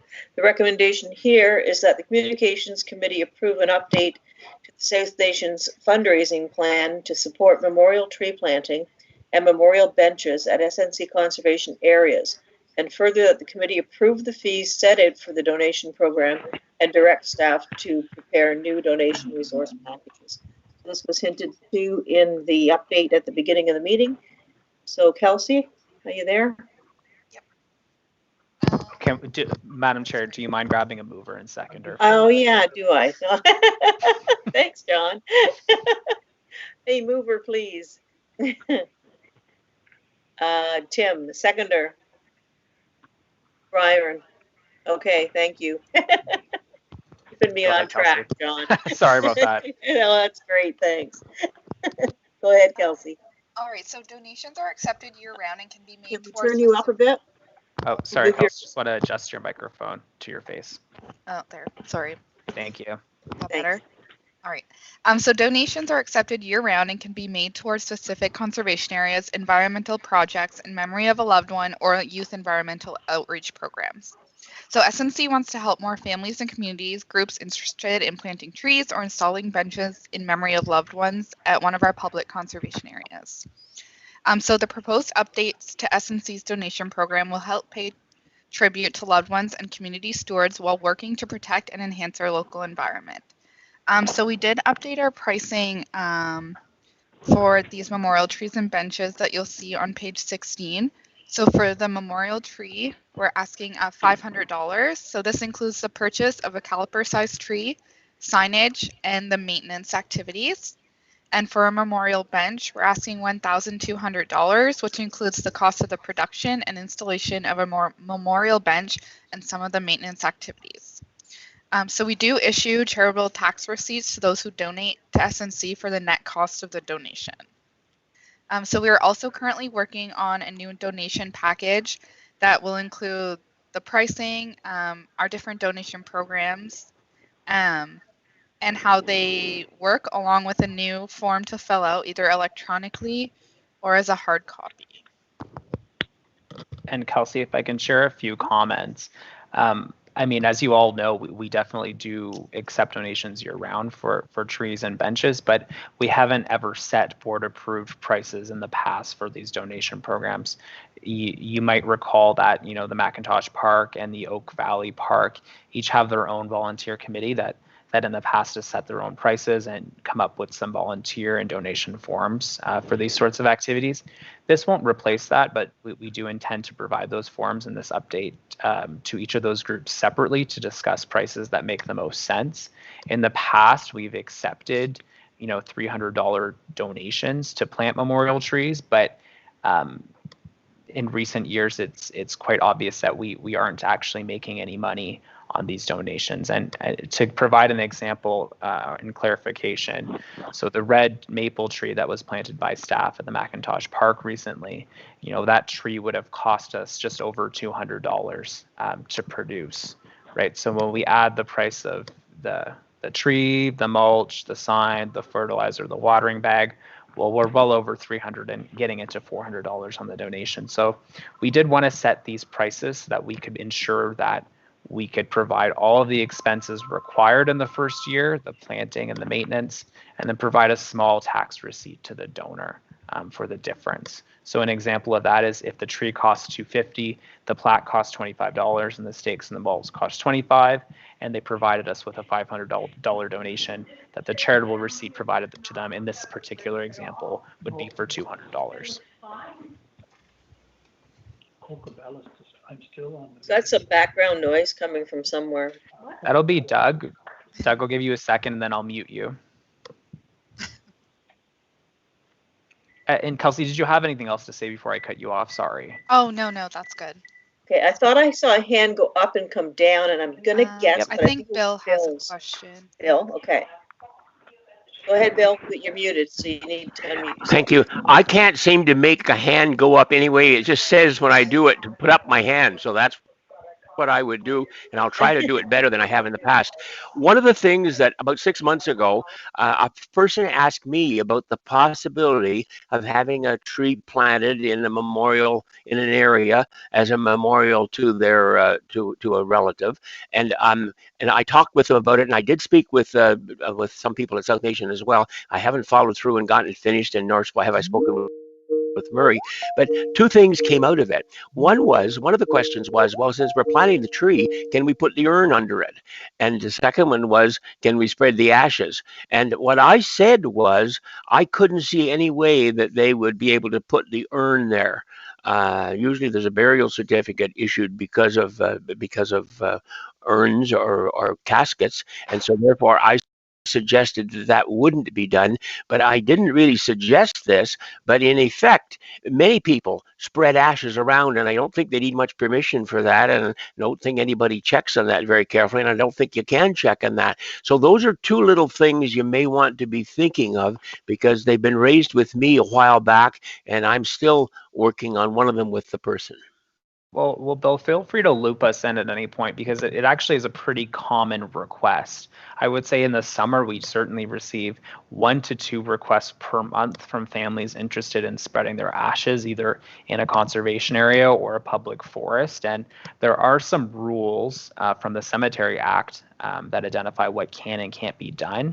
As a quick, short response, if there's trails, if it's a public park that's green space and is manicured, it's prohibited. It's not allowed to spread ashes in those spaces, right? We've got children and dogs and people moving around in the grass and on the trail, so that's not prohibited. That's not allowed.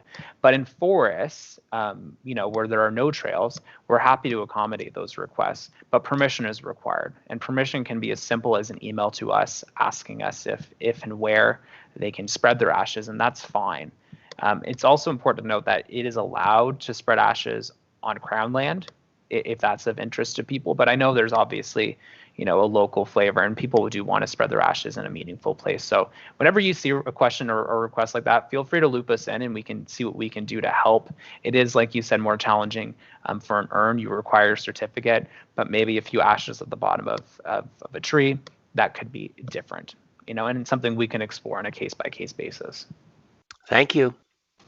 So I just have a question on the costing for the bench. I mean, that seems fairly low. Where did the number, are we sure of that? Because again, I mean, I wouldn't want to No, you're correct, Peggy. It's a very low number. That would actually be the actual cost of the bench. And depending on where the bench is going, obviously there's different costs. Do we need a cement slab or do we not? And I think those are the types of conversations we'd like to have with people, especially when they want to choose where the bench goes. In most instances, I think we can definitely accommodate a bench for $1,200. And I'll give you an example.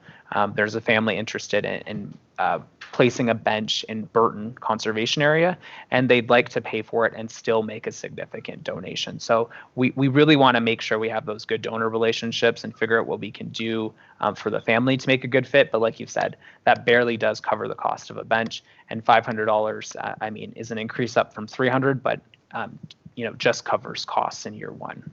Okay, Bill? Do we have any rule about buying locally? I think there are some good ones produced locally, but I also know a few organizations in our area, in my area, have actually purchased from the states for benches, etc., and they've been criticized for it. So if it's possible to order and use local persons, I would strongly recommend that. Of course. You might have noticed we changed our benches a few years ago to those green ones, but our donation benches, we've typically always done handmade wood benches that are produced locally. So anytime you see like that rustic, more wooden bench, those are the benches we've been using for our memorial benches, but we're going to want to explore new options, as we move this forward. Okay. So we have a mover and we have a seconder. Any further comments before I call the vote? All right, all in favor? Seeing some hands going up there. Perfect. All right.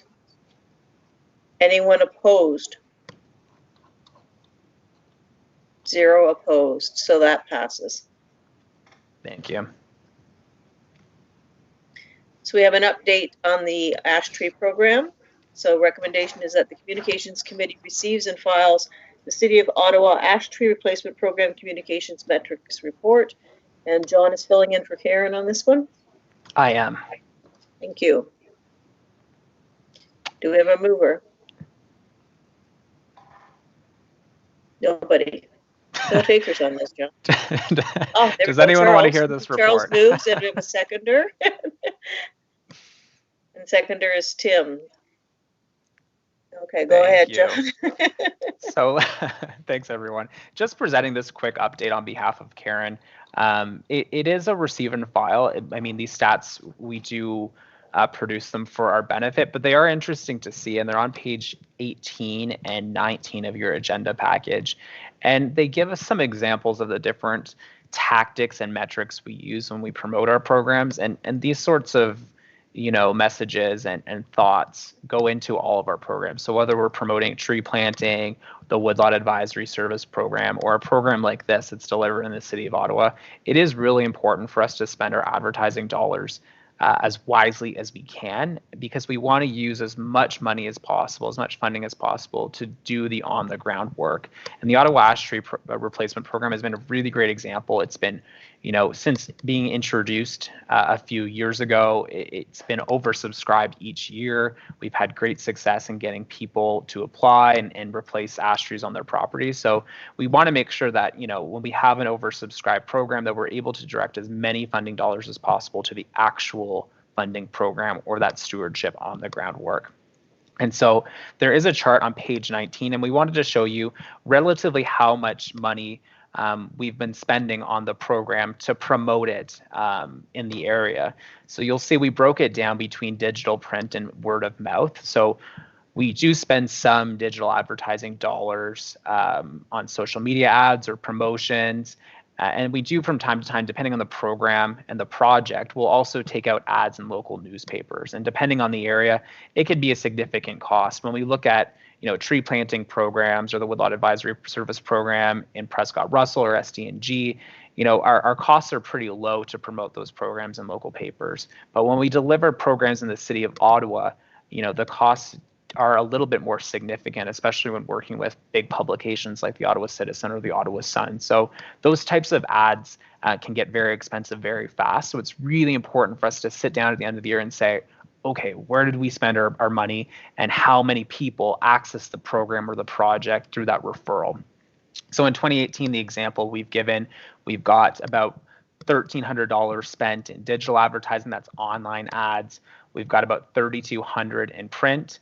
And we did host a workshop in the first year for arborists and some other stakeholders that we wanted kind of engaged in the program to get them to help spread that word of mouth advertising and outreach that we were looking for. So I included a cost in the 2018 column for $750, which was the cost of the rental and the workshop. But we can see in year one, pretty even distribution on uptake for the program. We've got about 34% of people saying they saw the program either through an online newsletter, social media, that sort of thing. About 35% of people actually said that they got word of the program through an ad in the paper or directly through our postcards that we put in the ad bags from time to time. And then about 30% said, well, they heard from their neighbors, their city councilor, or the arborists, so the tree removal company that they were contracting or contacting to see if they could get help. So pretty even distribution in year one. We wanted to retailer in year two. You can see we spent a little less money on online ads and a lot more money in print. And of course, word of mouth, we didn't host any workshops or didn't spend any money there. So looking at that distribution in year two, it really speaks to how a program can take off when it's successful. We're looking at about half of the people that applied in 2019, so 50% saying they heard about it through a friend or a neighbor or a city councilor or a staff member. So that word of mouth referral, really, really contributes to the success of the program. And we can see, even though we spent more money on print advertising, we saw much less uptake in referrals, and even spending less money online, a mere $500. We still saw 32% of people saying they saw our program because of a Facebook post. So that's pretty significant and really good for us to know. Measuring return on investment is important for us in marketing to understand how are we getting our programs or projects to market and how can we spend these dollars as effectively as possible. So no approval in this report, but really we wanted to take the time to walk you through our decision making when we look at advertising budgets and give you an example of the different metrics that we can use to promote our programs. So this is something we do for all of our programs, but it was really interesting to take a look at the Ottawa Ash Tree Replacement Program and figure out what was working, what wasn't working, so that we could direct our funding dollars as efficiently as possible, especially in this year. And so I didn't include any numbers for 2020 because it's still in progress, but we're pretty much seeing that 50-50. People are either seeing about it online on Facebook or they've been referred by a friend. And if there's any questions on the metrics or the process or the budget, I'd be happy to answer them on behalf of Karen.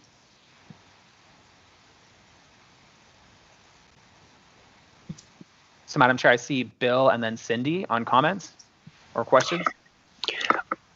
First of all, a comment. The hard copy or postcard that was in the grab bag, I guess it's 6x8, is extremely well done. But I kind of agree with what you've put down as only 5% of the persons really noticing it and being aware of it this year, because although it's so well done, I'm not sure a lot of people look at it carefully. So good observation on your part. And supplementary, I'm really pleased and I compliment Ottawa on the ash tree program that they have going.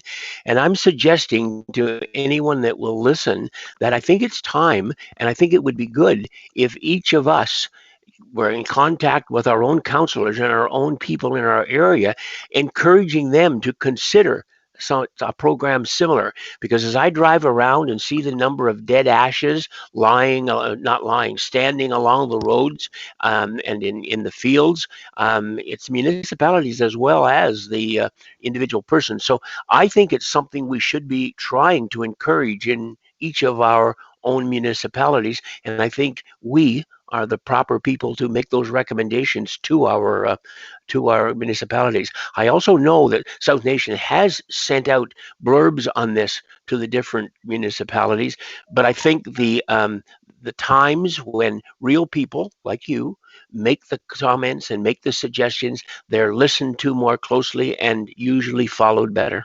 Thank you. Go ahead, Cindy. I did what you did. I didn't unmute myself when I was calling on the speakers. Okay.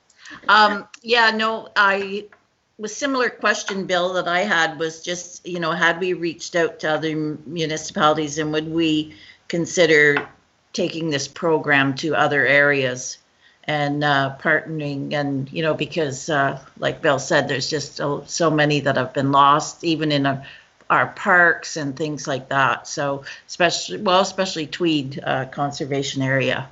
Mm-hmm. Yeah, I mean, certainly a big issue even for us ourselves to manage on our parks.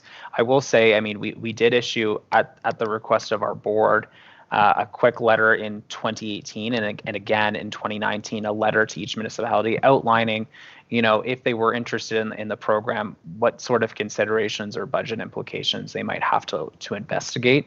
And so those letters have gone out for the last 2 years. We haven't sent anything this year, but we did receive a request from the town of Hawkesbury indicating that they were actually interested in trying to get something together in the coming years for their own municipal properties and as well for their residents. So it's definitely of interest to some, and you just got to drive around the landscape to know that there's work to be done here on both our parts. Yeah. Murray? Madam Chairman, I'd just like to pick up on the theme we're talking about now. We've talked about municipal properties, but I'm struck about how many of South Nation's properties have hundreds and in some cases thousands of dead and dying ash along their fence lines. So I think communications and forestry should be working on something for South Nation for its own properties. I know it's a problem. We've got so much, but it's also a bad advertisement when our properties are sitting with a lot of dead trees. And I know as a steward of one property, I've made recommendations and it has had no impact. So I'm just stating it again. It's important for our image as well as our role as an environmental organization to do something to respond to this. We don't need a Cadillac program like the City of Ottawa, but we do need something to show we're aware of the situation and in the game.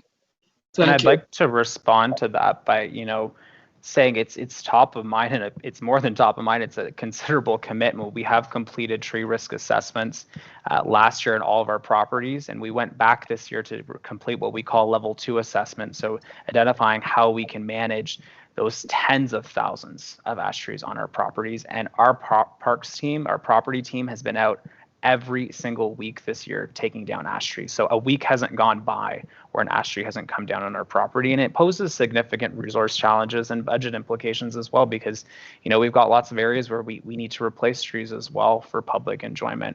And I want to be very clear in saying, like I mentioned, a week doesn't go by where we don't take down an ash tree. So it's definitely something we're working very hard to do.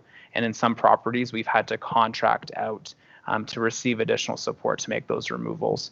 Our next big contract going out soon for proposals is at W.E. Burton. So we've got about 160 dead trees on that property, about 90 of which are ash trees. For anyone who's walked through Burton, you'll see different numbers and scores on the trees. It doesn't mean all those trees that are scored are coming down, but a lot of them do have to, and most of them are ash trees. So it is something that's very important to us. After Burton, we're going to try and work on Jessup's, but it's a big 5-year commitment for us because we just don't have the manpower, resources, or funding to, do a wide-scale removal of 10,000 ash trees. But it's something we are going to do every week and every year until it's done. And like I said, we hope to have it done within 5 years. And Murray, I know you benefited from a visit from our arborist at Oak Valley to walk through kind of what we could do at that site and how we could do it feasibly. And we'll be doing some pruning as well there to help retain as many trees as we can, because we don't want to remove them if there's a way for us to restore them or save them. Okay, Bill? I know Yes, I know. I'm unmuted, I think. I know that our staff has been working tirelessly at getting down ash over the last year, and they've also put in some trees to replace them in different areas. But with the dollars that might be available from the feds for job creation, etc., and I do know, John, that you and your departments at South Nation look at where there could be funds gotten or grants gotten. But are there additional grants that have been gotten where we could coordinate hiring people to take them down in greater numbers in across the areas? And I don't know about that, but it's just a thought that came to me. Yeah, it's a great comment, Bill. And of course, we've been trying to target our applications toward infrastructure projects, and some of those include ash tree removals and other hazard tree removal. But I think you'll see, you know, when we look at the parks, if you walk through Burton or another park, for example, some of those big ash trees are very difficult to remove, and our staff are removing all of the ones that they can do safely on their own. But there's going to be a lot that it's just going to require a contract with someone with specialized equipment and experience to support us with some of those big removals. We're looking at other opportunities though too, Bill. An example at Two Creeks Forest. It's very difficult for us to harvest there with the Ontario Heritage Trust agreement that we have on the property. So we're going to see if we can get some support to actually do a small harvest to remove the ash trees at the same time. So there's some different solutions we're going to look at for 2021 to do some additional removals, and there is some, you know, job creation grants that might help support some of that work for sure. But like I said, it's tens of thousands. It's really difficult, you know, to manage that in one full move. But we're definitely committed to doing it. And you'll notice places like Castbridge, which was completely done this year. You know, we removed maybe 40 ash trees from that property. We've done the landscaped area at Justice Falls. Now we've got to do the forest, which is about 250 trees. So, you know, lots of work is ongoing to get this work done. Okay, thank you. If there are no further questions, I will call for a vote on the recommendation as moved and seconded. All in favor? Okay, seeing lots of hands going up. Opposed? Seeing hands coming down. I see none up. All right. Opposed, Murray is opposed. One opposed, I think. Am I reading you right, Murray? No, I voted in favor. In favor, okay, sorry. I couldn't get my hand down quickly. No problem, okay. So all in favor, no one opposed. Moving on to Taylor. Low water communications recommendation that the communications committee receive and file the communications updates to the low water program. Moved by, I see Murray, his hand is up, seconded by Jerry. Okay. Thank you, Madam Chair. Taylor.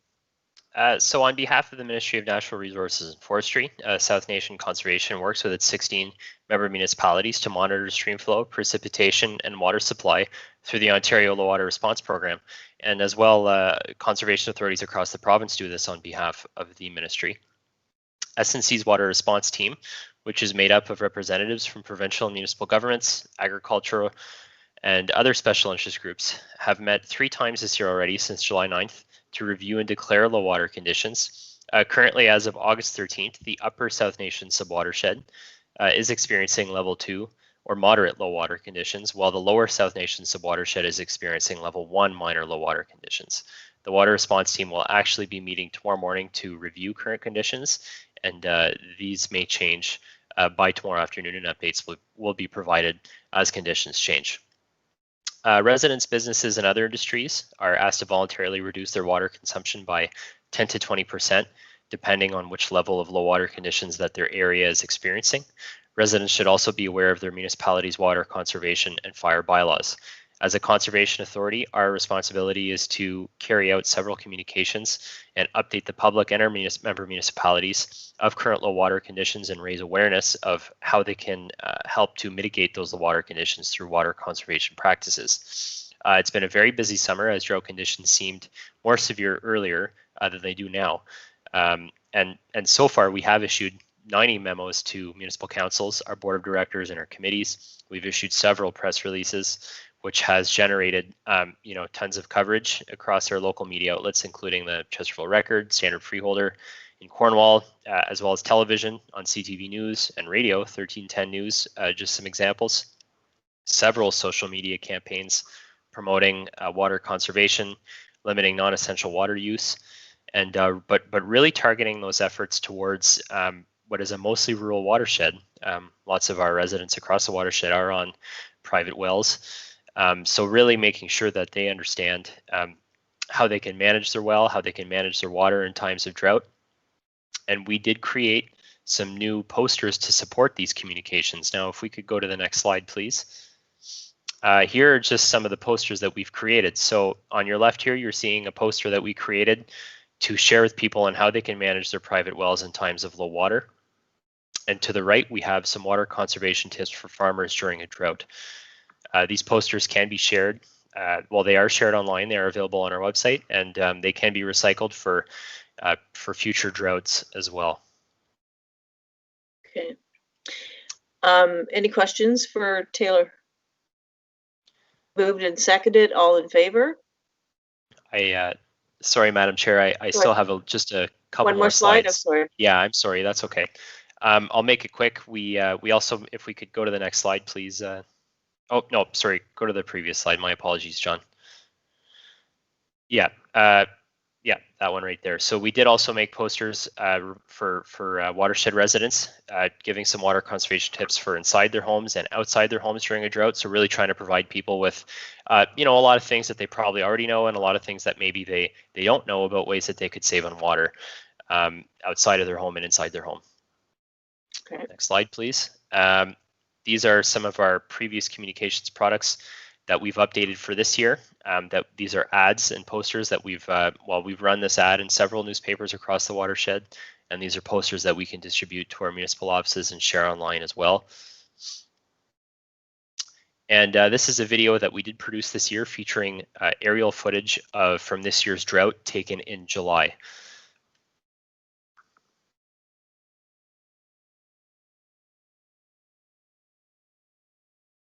This video was shared online through our social media networks, just as a visual, to provide more of a visual impact of the current state of the drought earlier this summer when things were particularly dry. And we had received some interest from residents who wanted to see some of that aerial footage of dried up creeks and stream beds.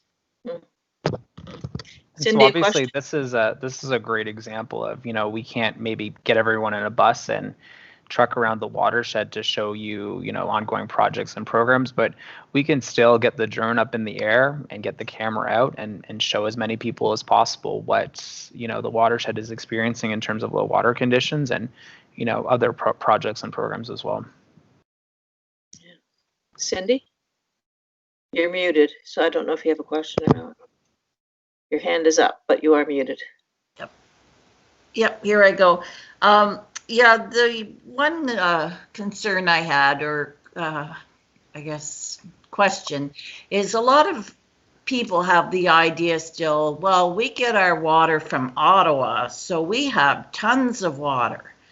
And it's getting that message out, like during this drought when we had the level 2 drought, and just your sheet there on water conservation tips. Like I'd love to see that in the foyers of each municipality, where people could come in and grab a sheet like that or something.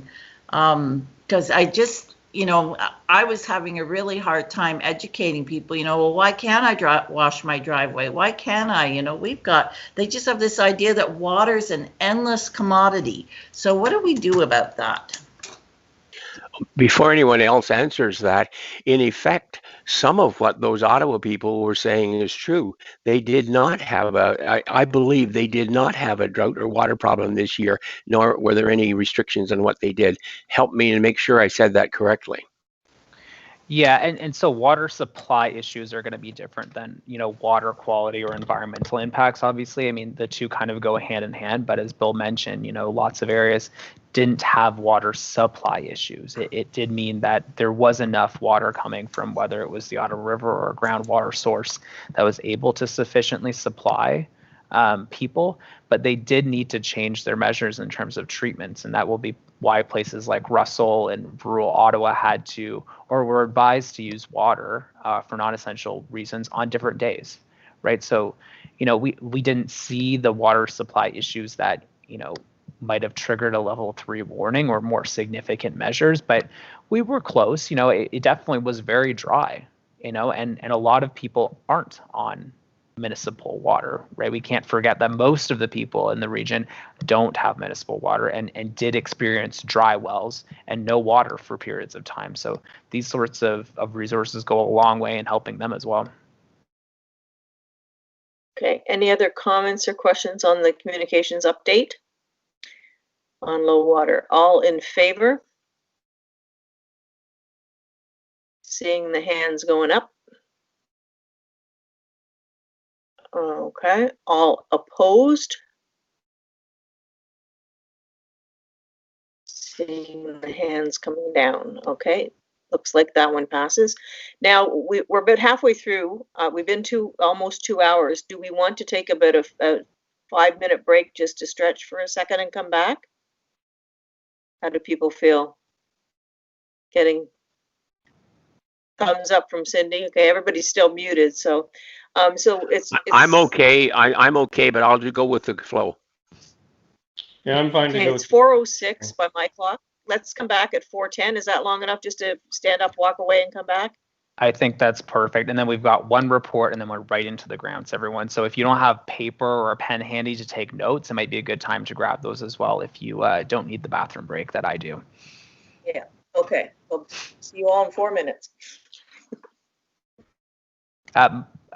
We'll assume that's by consensus. Just to note, the live stream will continue. So if you want to mute yourselves and turn off your cameras, it's up to you. But just remember, it will be live streaming still. Thanks.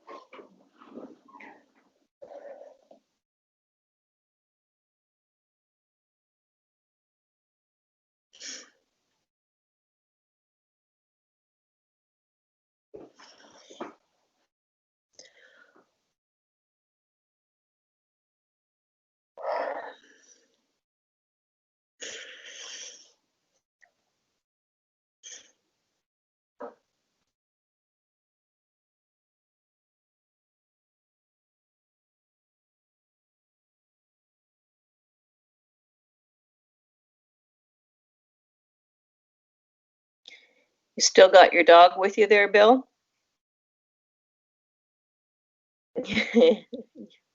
You're muted.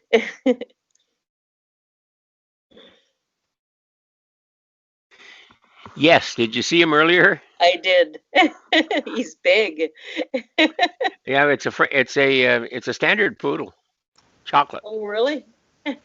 Yeah, we've just had him clipped, so he doesn't look as poodly as, and we don't have the fluffy feet or the tail or anything, but it's interesting. He's a year old and he was a rescue poodle. He was badly used by somebody earlier, and we've had him for about we've had him since December.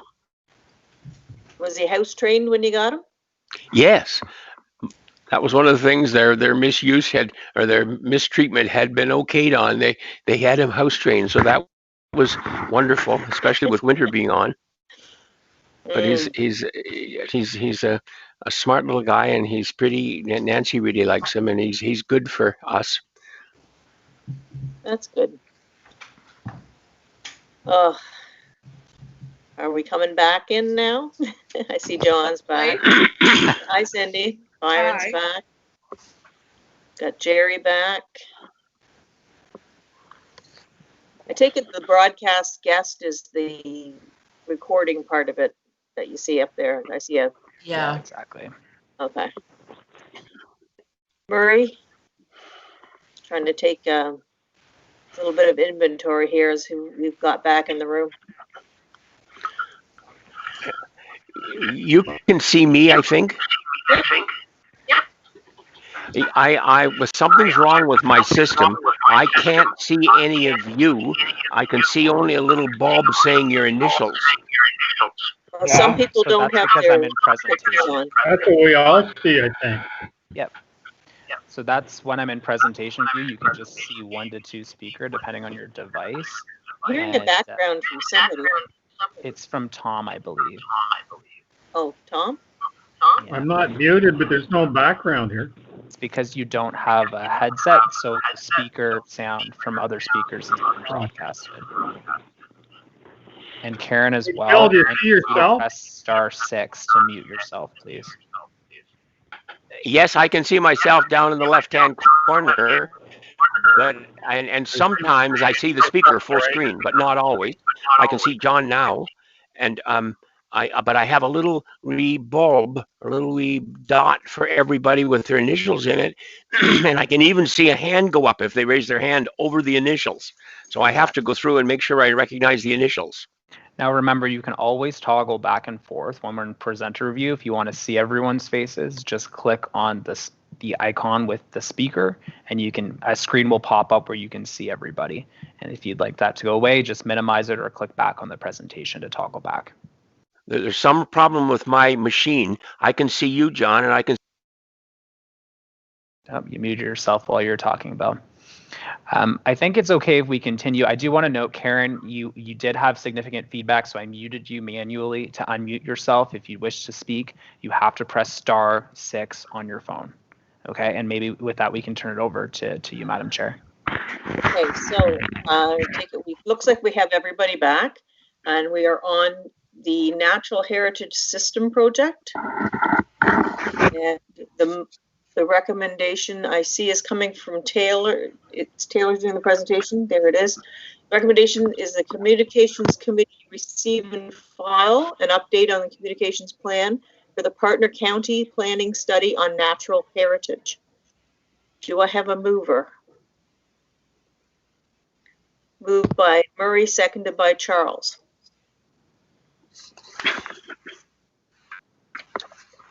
Okay, Taylor? Thank you, Madam Chair. A natural heritage system is a network of interconnected natural features and areas that include forests, lakes, rivers, agricultural lands, and wetlands. So the province requires municipalities to identify natural heritage systems and preserve the diversity and connectivity of these features. This requirement is translated into policies that inform development, stewardship actions, climate change resiliency, environmental studies, and conservation efforts. So both the United Counties of Prescott and Russell and Stormont, Dundas, and Glengarry identify natural heritage features in their official plan schedules and protect the ecological integrity of these areas through environmental policies. The United Counties have partnered with South Nation to complete an NHS study on their behalf. So this project is taking place between 2019 and 2021. SNC will be coordinating several online public meetings and engagement initiatives in the fall to support the project, particularly online throughout the COVID-19 pandemic. Details are included in the attachment, and I will just go over a couple of quick details. To ensure that residents are provided with ample opportunity to engage with SNC and provide feedback on the natural heritage study, which is a requirement under provincial legislation that the public is provided notice of changes within the natural heritage system. SNC will be hosting 2 online public meetings, one for updates in UCPR and one for in SDNG. Specifically, however, because of the COVID-19 pandemic, and because a lot of what we're doing now is into the virtual realm, we've been working hard and tirelessly on creating some communication products to support the natural heritage system and updates and inform the public. So we have developed an interactive project map for residents to navigate and learn more about the project and natural heritage systems. We have created an online reporting tool for people to report keystone wildlife sightings through the Quick Capture application. Part of the natural heritage system is identifying wildlife corridors that can connect different significant natural heritage features. And two of the keystone wildlife species to identify are moose and fisher. So specifically, we will be asking residents to submit their sightings of moose and fisher through the Quickstone application to help inform natural heritage system updates. We've also developed online surveys and feedback submission forms. If we could go to the graphic, John, that illustrates, right, so this is a landscape illustration that we had one of our graphic designers create that demonstrates the differences between a fragmented and a connected landscape. And actually, if I could just ask, I think John, would you mind just jumping in here and sort of describing the difference between the two as it pertains to natural heritage? Yeah, sure. And the intent of the report too is to loop you guys in on some changes that we're doing to public consultation.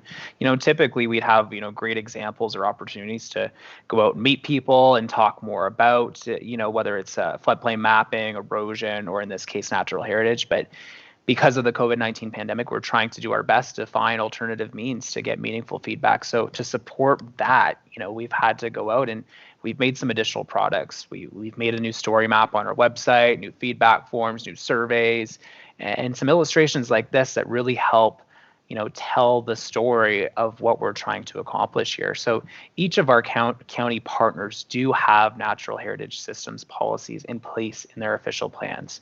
But we want to make sure, and so do they, that these features are connected because they're stronger together.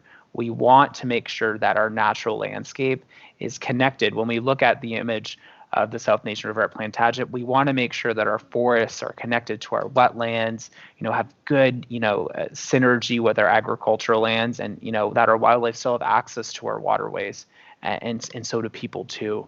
So through this study, or one of the aims or objectives of the study is to say and identify regions that are very significant, that are core, and those could be existing provincially significant wetlands, or more likely public land.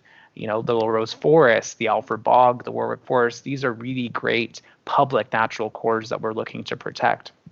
And part of the study is to say, well, if this is the core, and you guys might see my mouse on the screen around this little forest compartment, you know, how does it connect to the riparian corridor, the agricultural lands, your wetlands? How can wildlife travel between these pieces on the landscape? And of course, we know that when we've got a fragmented landscape, there's many different things that, you know, inhibit the functionality of a good ecosystem. So this project, I mean, it includes a lot of different things, but a clear objective here is that we want a connected landscape. We're better together, and, you know, we want to do our part to make sure that, you know, we sustain our future public forests and the connectivity between the two. So we've developed a bunch of stuff to support that. We've got a project page up online right now, and we just provided our consultation plan to our county partners for feedback, and we're hoping to kind of refine these engagement tools this month, work on translations, and get some consultations started in the fall, that being October and November. Does that help, Taylor? Yeah, absolutely. Thanks, John. And I don't know if there's any questions on either the engagement products or the tools. I can briefly show you the website if it helps, but we just soft launched it right now to test out some engagement tactics, and like I said, we're hoping to relink it and start some advertising on it next month. Okay, do we have any questions for Taylor or John? Byron, and then Bill. You have to unmute. There we go. Yeah, Taylor, that shot of the Plantagenet Bridge, is that available just as a shot by itself? That is a picture that we use frequently in our products, but I'm going to defer to John here on the copyright use of that image. Yeah, it was provided to us a few years ago by the township and by the photographer, so we have permission to use it on our products, but we didn't actually take it ourselves. Okay. It's a good one. Well, yeah, it is, because I wouldn't mind having it because my house is on it. I can see my house. Well, perhaps we can chat online and come to a reasonable arrangement. Any other questions before I call for a vote on the motion, Bill? Yes. Have you decided, or are there dates suggested yet for the public meetings? We suggested dates to the counties, but it will be up to them to decide if the plan makes sense. So we're hoping not to share them too soon, but we were originally aiming for November. Okay. Any other questions?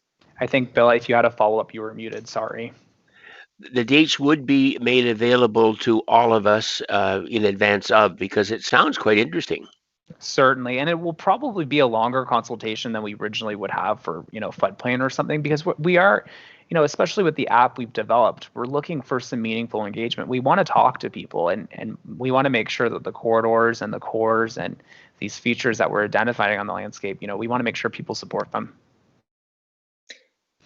I see, Byron, your hand is still up. Do you have a further question? No, sorry. Okay.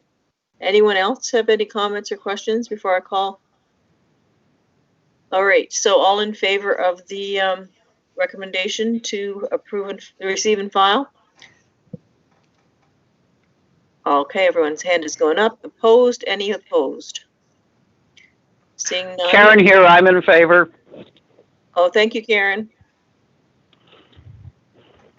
But then I don't know how to mute it again because there's never been any indication. It's *6, Karen. So if you'd like to mute yourself, just press *6 on your phone. *6 unmutes. It does both. It mutes and unmutes. Both? Mm-hmm. Okay, that's different than any program I've ever used before. Okay, we'll move on though. Okay, are we good? All right, so moving on to Kelsey for the request for approvals for all of the grants. Is Kelsey? And perhaps can we just get a mover and seconder to entertain the motion and recall, Madam Chair, that it's a combined motion?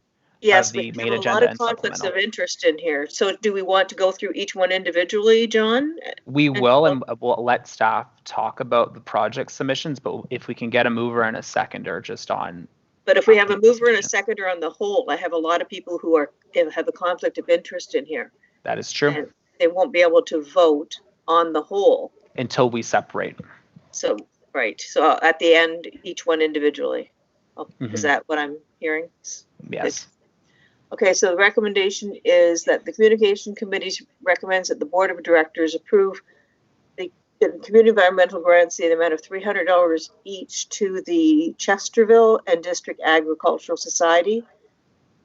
I'm going to say this really bad.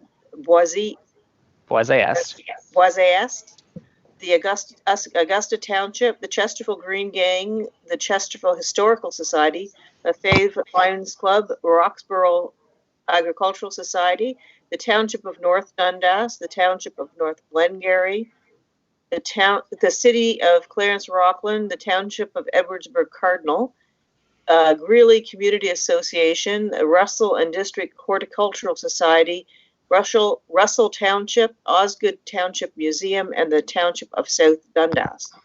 And should we also, Madam Chair, include the one that's in supplementary? Oh, yes, the supplemental, which I don't have it on my the screen. Township of Alfred Plantagenet.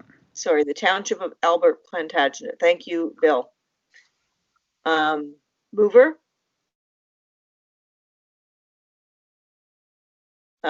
Jerry, seconder, Charles.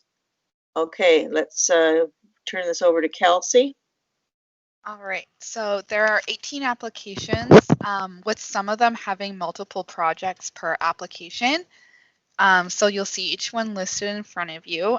So just so you all know, we do not have enough funding to support each of these projects and applications. So we'll go through each of them individually to start, and then we can approve them after. So with the funds that we have, we're able to approve 24 of the 31 applications. So I don't know, John, if you just want to add a few things on the process of how you want to go about approving. Sure, and obviously, guys, this is unconventional. It's not something we've usually done in the past, but the amendment we've made to the program, we're trying to do our best to support our community groups and get some funding out to support some good tree planting projects. So what we propose from a staff perspective is let staff present each project, and we'll go one by one through each of the submissions. And just, if you don't mind, recording on your own end, whether through paper, mental, whatever, projects you definitely think meet the criteria of the amended program, or whatever. Record your comments, ask any questions to Kelsey or Carly as we go through. And then at the end, we will unfortunately need to reject 6 projects. So we don't need to reject 7 rather. We don't need to reject 7 applications, but 7 of the projects will need to be rejected based on the total maximum funding that we can allocate this year. So if the committee feels it's appropriate, we can go ahead with, I think it was 24 project approvals today, and that will use up all of our community funding for the year.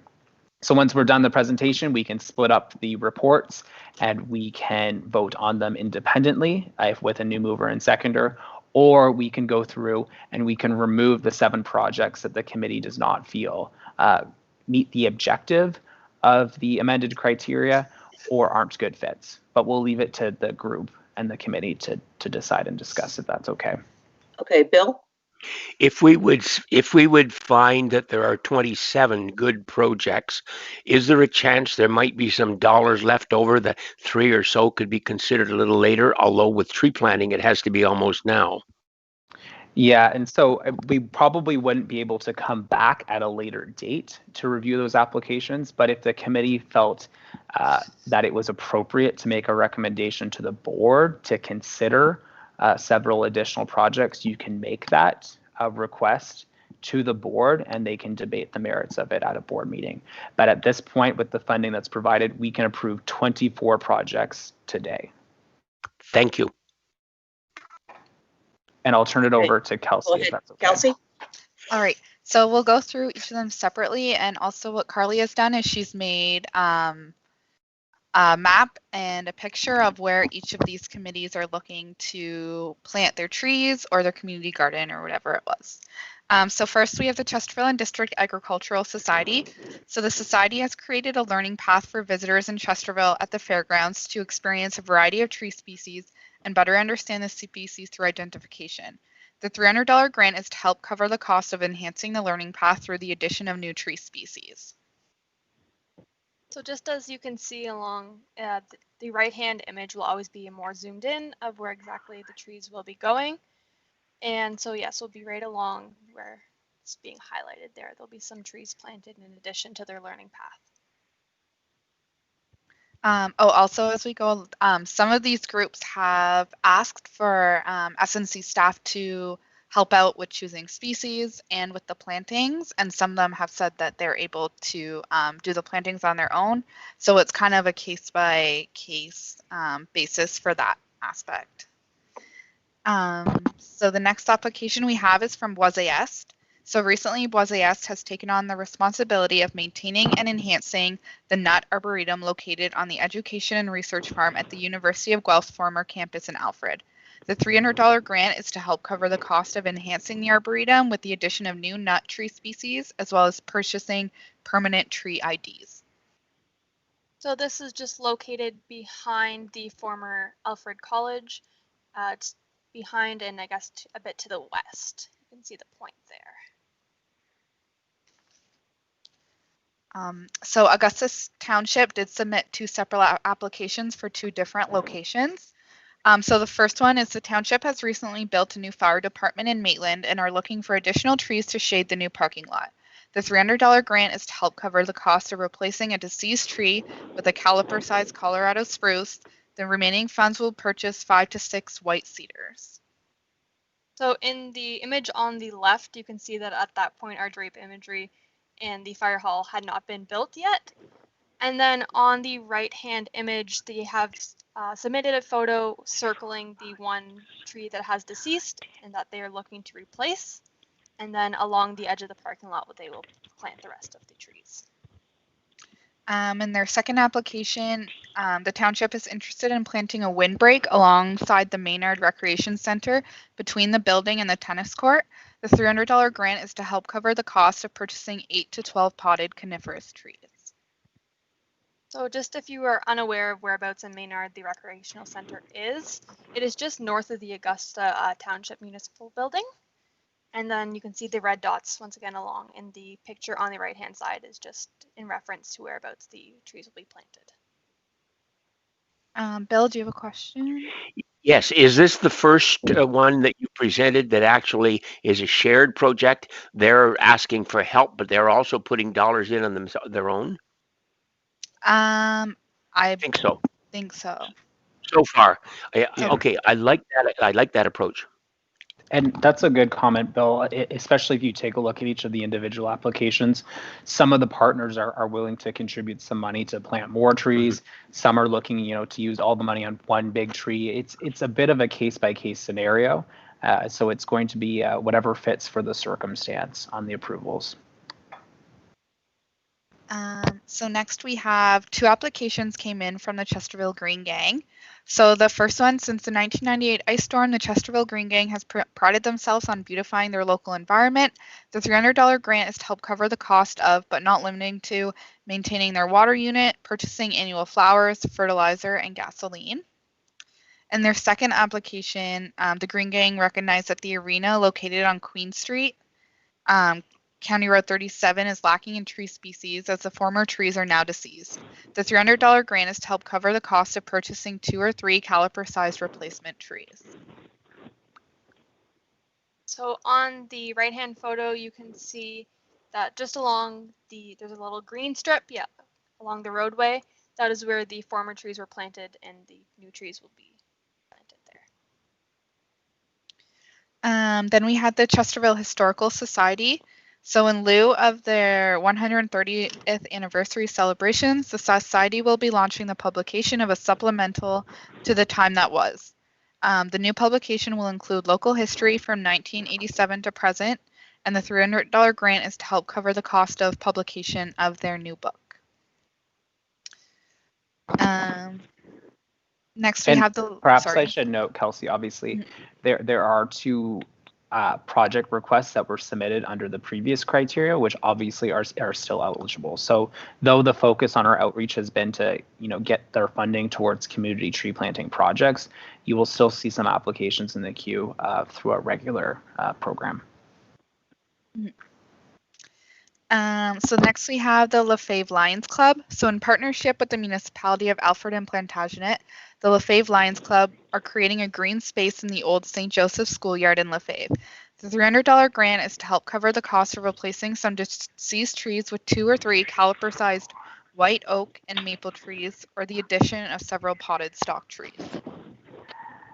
So in the right-hand image, they have previously planted in the northwest piece of the property and are looking to add some more trees into that area. Next, we have the Roxborough Agricultural Society.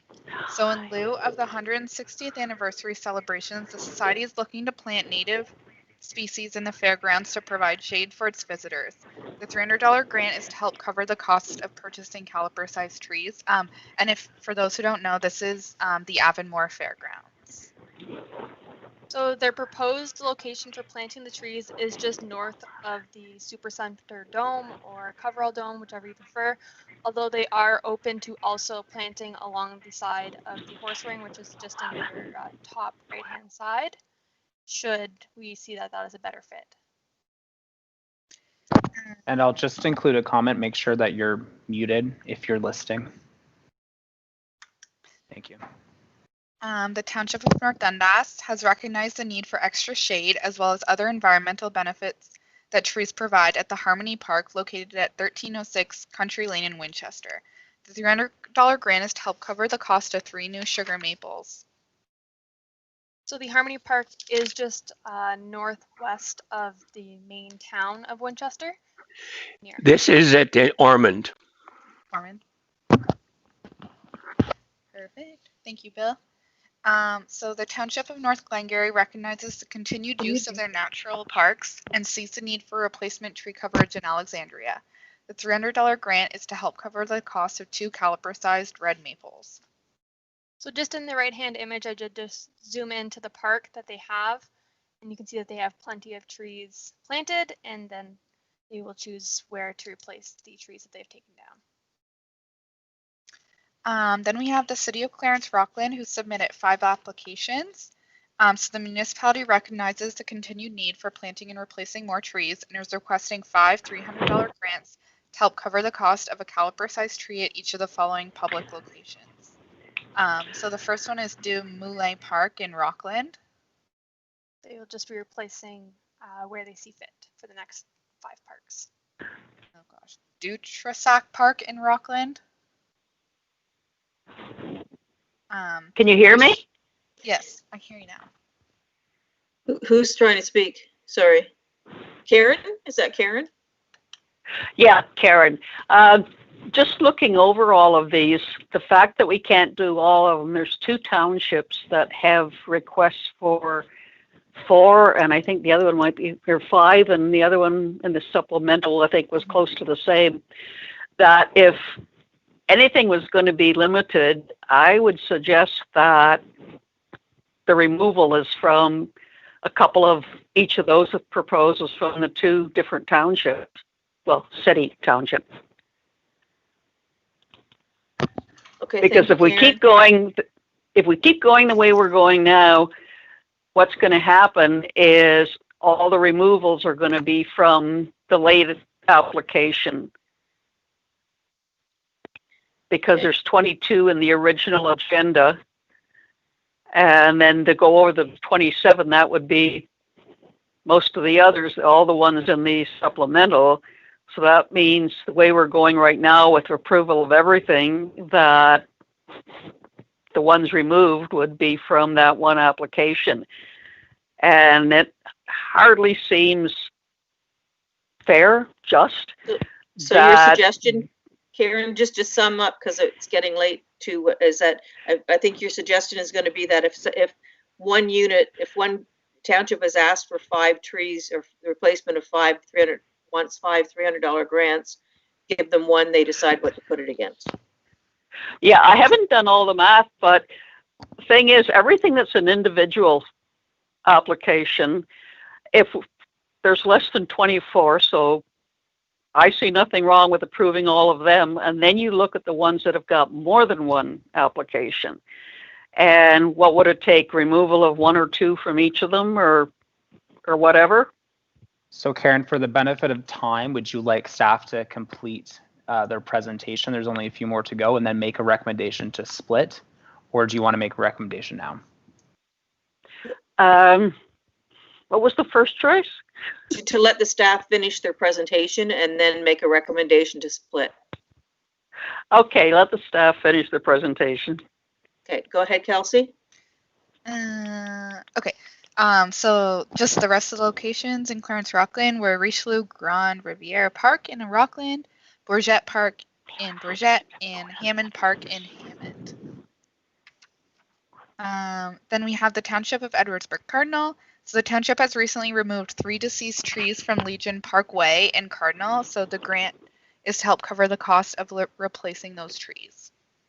I'm just going to interject here. I should have declared a conflict on the Edwardsburg Cardinal. I was wearing my Legion hat, which I don't have anymore, when I saw that. So I do have a conflict on the township since I'm appointed by them to the board. Go ahead. Sorry, Kelsey. No, that's okay. This is just along the parkway. They'll be replacing some trees. So the Greeley Community Association, along with the Greeley Loop Subcommittee, are planning to plant trees along the pathway running west from the Greeley Community Center. The $300 grant is to help cover the cost of planting the trees. So just in the right-hand image, you can see whereabouts the trail is located, and it runs through.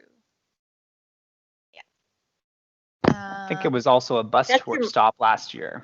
Check your microphones, Carly and Kelsey, because they're dropping. Thank you. Oh, sorry.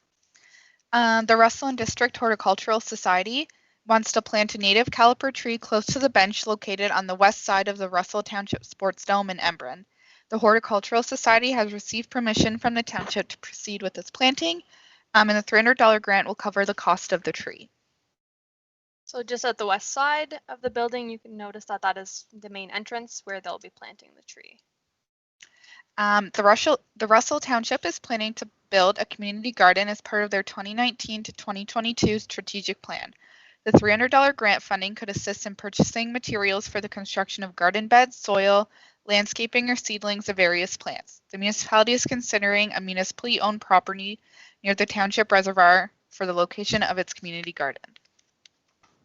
So just in the image on the right, they did attach an option for one of the community garden boxes. Then we have the Osgood Township Museum wants to purchase crabapple trees to replace the dead ones that surround the museum's heritage school and community garden. The $300 grant will go towards replacing 2 Malus Profusion caliper-sized crabapple trees. Just outside the building, Vernon. And the Township of South Dundas has identified a bioswale between the Morseburg Beach and parking lot as an ideal location to plant shrubs to contribute to the environmental beautification of this public space, as well as to assist in the prevention of erosion during high-intensity precipitation events. The $300 grant will go towards purchasing the shrubs. So the Township of South Dundas did provide us with just a brief image of what it will eventually look like, filling in that section of the property with the shrubs. And then, so that's it for the main agenda, but on our supplemental agenda, we have the Township of Alfred Plantagenet sent in 8 locations to plant new trees. So the township is currently working on developing the culture of their parks and is requesting 8 $300 grants to help cover the cost of a caliper-sized tree at each of the following public park locations. So the first one is Park Chesser in Plantagenet, Parc de Curran in Curran, Parc de Lefebvre in Lefebvre, Parc de Plantagenet in Plantagenet, Parc de Treadwell in Treadwell, Parc Denis St. Pierre in Wendover, Parc Aventurel in Alfred, and Parc Le Roc d'Alfred in Alfred. So those are all of the grants that we have received. So Thanks, Kelsey. John, did we want to go back to the start and go from there? I think based on the discussion, Madam Chair, if you'll permit it, what might make the most sense is if we ask committee members if there's any applications or projects that they don't believe are eligible or meet the criteria, and we could consider removing those right away before breaking out the report. If there's any comments on that, it might help whittle down the totals. Okay, so I know that we changed, I think this is the one where we changed the requirements, did we not, for the community grant? Yes, exactly. So there's new program criteria, and obviously the objective was to either promote a community tree planting project, so even just planting one big tree or several smaller trees or some smaller rehabilitation through shrubs.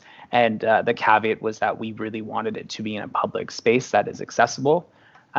Or the alternative was that they could use this money to help start or upgrade a community garden. So we've got one application through the queue for community gardens. We've got several applications for community tree planting projects, and you'll see 2 applications, one from the Chesterville Green Gang and one from the Chesterville Historical Society that are based on the previous program criteria. Okay, so I see 4 hands up. I'm going to start with Cindy. Okay, well, the only one that really stuck out to me for not falling into an environmental community garden kind of program was the Chesterville one, looking for the publication of their book for their 160th, I believe. They had the other one, the learning path, and all of those fell into the criteria, but I didn't feel that was a fit. That was the only one that really jumped out at me. And then I kind of agree with Karen, like the ones that applied for 5 and 8, maybe we just grant them 1 or 2, and then we have we've got our numbers down. Okay, so let's start with, maybe we can just talk about the book publication. Do we have some agreements with Cindy on removing this one from the list? I would. Bill? I would like to make a comment on that. It may be that it's a good idea to remove it, but don't forget, they're doing a history of the area that includes, and an integral part of that is the South Nation River, which runs through Chesterville, has the dam, has a park, an area and dock area where there's canoeing and there's all sorts of activities going on down there. So they have different activities in the town during the year, including usually in the spring, the art sale, the different things they have. So it may be it could or should be removed, but it's integral. That South Nation River is integral to Chesterville, and the history of it may never be recorded anyplace else. Byron, do you want to speak to that? Well, no, I mean, I've got another okay, so comment I'd like to make. Let's, if we can deal with them one at a time, we might be getting through it a little bit quicker. So if we could just put hands up for a comment on the book publication for the... Chairman, can I just make a comment? Sure. Karen, go ahead. Okay, my numbers, I did it in a hurry, so it may be fast, but I went through and assigned a number from 1 to 24. And the only ones that then leaves Alfred Plantagenet with 5 approved and 3 not approved plantings. And the other multiple plantings was actually 5, so that you could get your 24 simply by giving no more money to Alfred Plantagenet than you do to Rockland Clarence. And all the rest of them could still be approved. I have another question to raise. We do need less. I just want to stay first of all on one point that Cindy's made with respect to the Historical Society, if you don't mind. Does this qualify for the grant based on the way the rules are stated? Well, can we ask Madam Chair, that I can respond to that if that's okay. It does meet the natural heritage criteria from the previous program guidelines, which says that projects and events that support the natural heritage of the watershed can receive or be eligible for funding.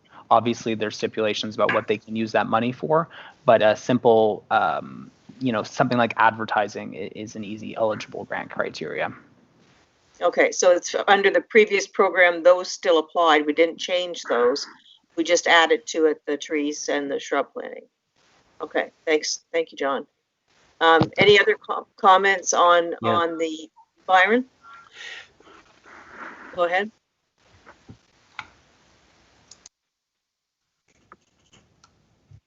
So okay, let's put it this way. Do we leave the book publication in the list? Yes, I'm seeing. Do we have hands up for leaving it in there? As long as it meets criteria, I'd say, yeah, leave it in because it's the only different one, actually. Yeah, okay, so we'll leave it in and we'll just go back to see what we can take in or take out. So I just want to figure the fastest way to maybe do this is if we, based on Karen's discussion, Karen's comment of what she's taken in or taken out, why don't we start at the top? So the learning path for the Chesterville Ag Society. Are we in favor with leaving that one in? Seeing hands going up for that one. And John? Madam Chair, are you just looking for an informal consensus to help build the Informal resolution? consensus by show of hands, and then when we get to one where we want to take a few out, we can identify it that way, so we're not kind of going all over the place. Yep. Looks Just like checking the for rules and procedures. is in the running for the first round. May I make a comment, Madam Chair? Sure. I'm having a real problem with the conflict thing. And some of you seem to be saying that you're in conflict if you live in the area or you're from the area. And I'm not sure I agree with that. But the other one I want to raise is, do we care how much of municipalities are in our South Nation conservation, and does it matter that the dollars be allocated proportionally or not?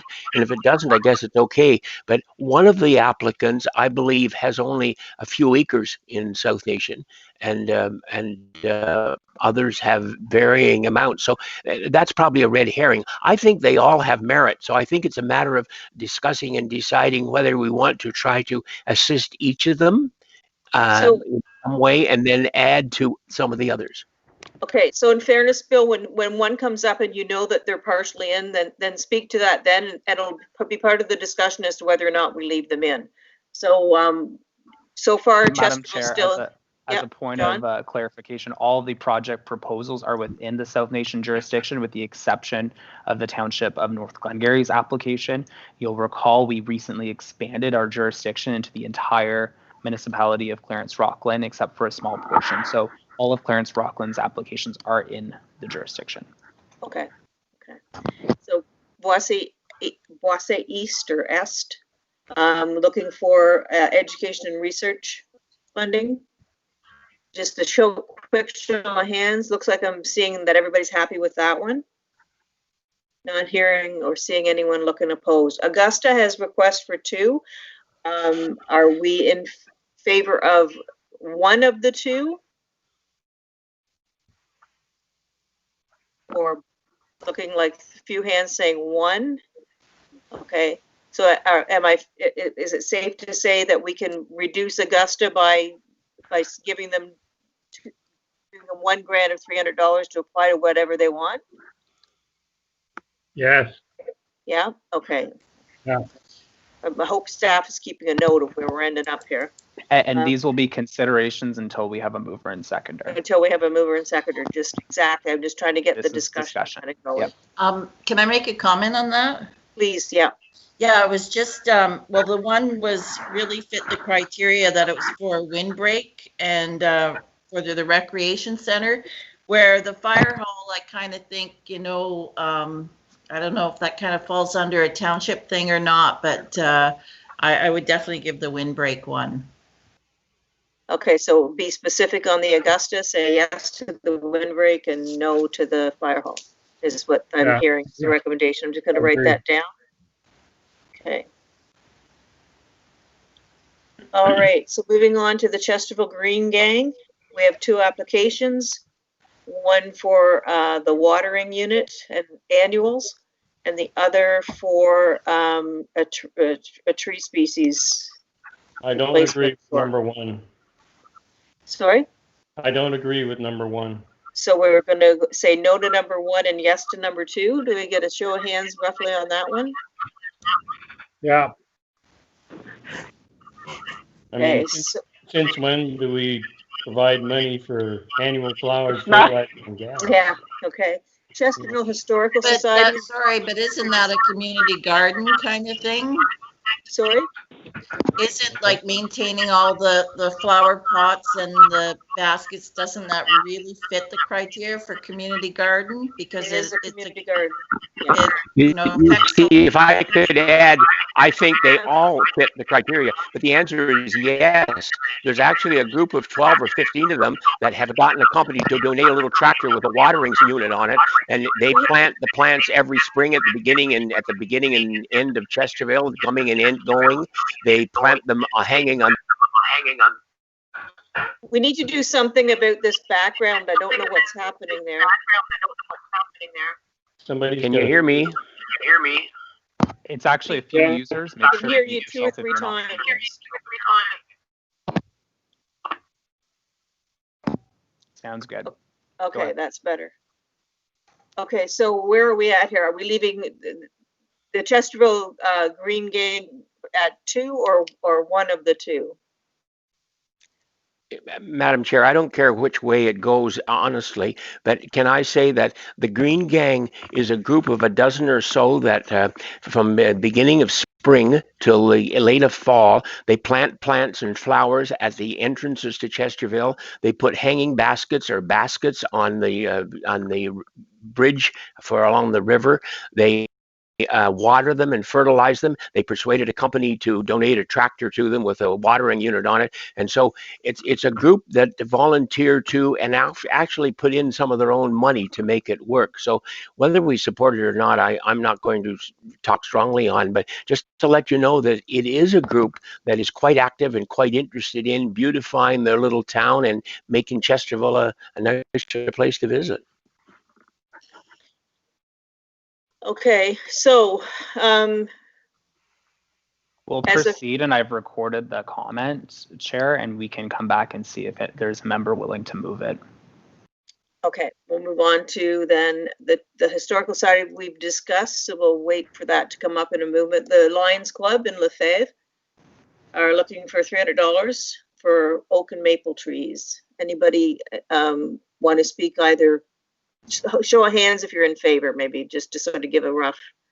Nobody's got a problem with that one. Roxborough Agricultural Society, has anyone got a problem with that one?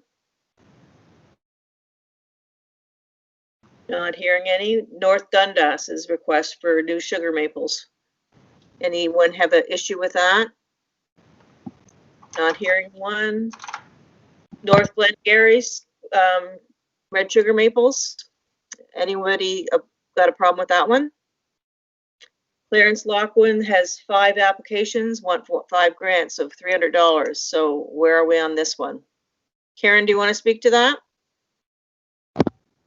And Karen, recall you're muted, so you'll need to press *6 to unmute yourself. Hear me now? Yep. Can you hear me now? Yes, Karen, we can hear you now. Turns out there's a delay after you unmute yourself. This is one of the ones that I'm not sure why there's a feedback on that. This is one of the ones that you've got multiple applications for the same thing, because you've also got 2 others in Roxborough Township.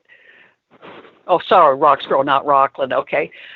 And this is the case that if you want to basically try for an even distribution, putting more money in the same thing in 2 small areas, this one and the later one in Alfred Plantagenet, it just seems to me that any individual application should go. That maybe it'd be better to say, okay, maximum of 4 grants, that's $1,200 to that city. If we did 4 in Alfred Plantagenet, that also cuts out. On Alfred Plantagenet, it cuts out 1, 2, 3, cuts out 4 projects. But it's just an idea. It just seems to me that to approve 5 $300 grants for planting trees, and then maybe somebody else is going to be left out, and theirs is, the only application for their town, their township, whatever.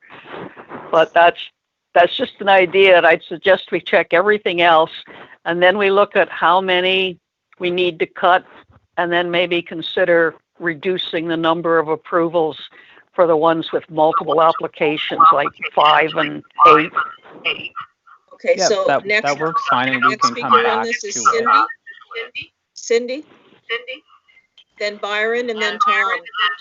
Yeah, I kind of agree with that. Like, Thank you. Feedback again. I think Karen, what please mute yourself right away, please. Okay, sorry. I think what we should do is like different groups get only one application. You know, it'd be like the Horticultural Society asking for 6 different things. You know, I think we need to share the wealth around throughout the jurisdiction. I don't have trouble with like 1 or 2 in the same area if it's 2 different groups, but I think we need to look at limiting how many applications one group makes, because you know, that's a lot of money for just one township. That's just my thoughts. If I might add to that, you're looking at 3 localities here, 3 towns.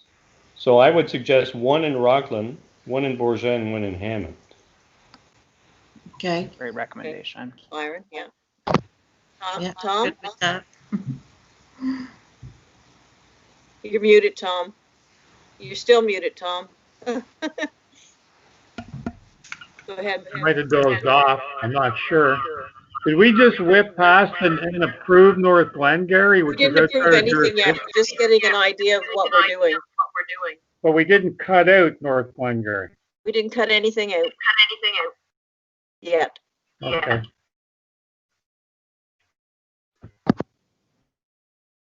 Do you have a comment on the North Glengarry application, Tom? Tom, you're muted again. Okay. Well, simply that when we were scrambling here to try and approve several in our own jurisdiction, we can't hand a grant to a request outside our jurisdiction. That doesn't make sense. Right, Or am I but missing nothing is something? outside of nothing is outside of the jurisdiction as it currently stands. North Glengarry is in our jurisdiction, a part of it. So all of the Is that right, Tom? Yeah, point of clarification, everybody. All projects are within the jurisdiction with the exception of the application from the Township of North Glengarry. And you may, as committee members, approve the project since the municipality is within, you know, one of our member municipalities based on past precedent, but the priority is to go to projects within the jurisdiction. And this project is not. The North Glengarry one is not. It's in Alexandria. Project automatically has to be struck. It's in Alexandria. Okay. I will add Tom's comment to the list of questions we'll seek resolutions on. Okay. Okay, so when Clarence Rocklands comes up for 5 applications, are we going to have a mover for 5, or are we going to have a mover for 2 and they decide where it goes, or where do you think we're going to end up with that? Based on Byron's 3. Yeah, based on Byron's recommendation, we can ask the question of an approval in Rockland, 1 in Hammond, and 1 in Bourget for the committee to consider. John, a question to you. Are all of the trees that are being planted or being proposed for Clarence Rockland within our jurisdiction? And thank you for clarifying North Glengarry. Yes, to the best of my knowledge, all are within our jurisdiction. Okay, so the next one is the Township of Edwardsburg Cardinal, looking at one grant of 300. Raise your hands if you think you can support that, just to be able to move on. Okay. Greeley is looking for a $300 grant. Seeing support there. Russell, the Horticultural Society, wants to cover the cost of a tree. Do we have support there, roughly? Yep. And Osgood, seeing some hands coming up there and no comments. And South Dundas. Okay, so we can go back and bring the motions through, only movers and seconders all along. Are you gonna do Alfred Plantagenet? Oh, sorry, Alfred Plantagenet. It's not on my screen. I missed it. So remind me at the end too. Alfred Plantagenet. there's 5 there, right? I haven't got my auxiliary supplemental on my iPad, so I've got not Now, enough screens to see it all. if I remember correctly, and I don't have it on my screen either, there were 5 applications there, and Kelsey, I think you might want to clarify that. Sorry, I think there might have been more.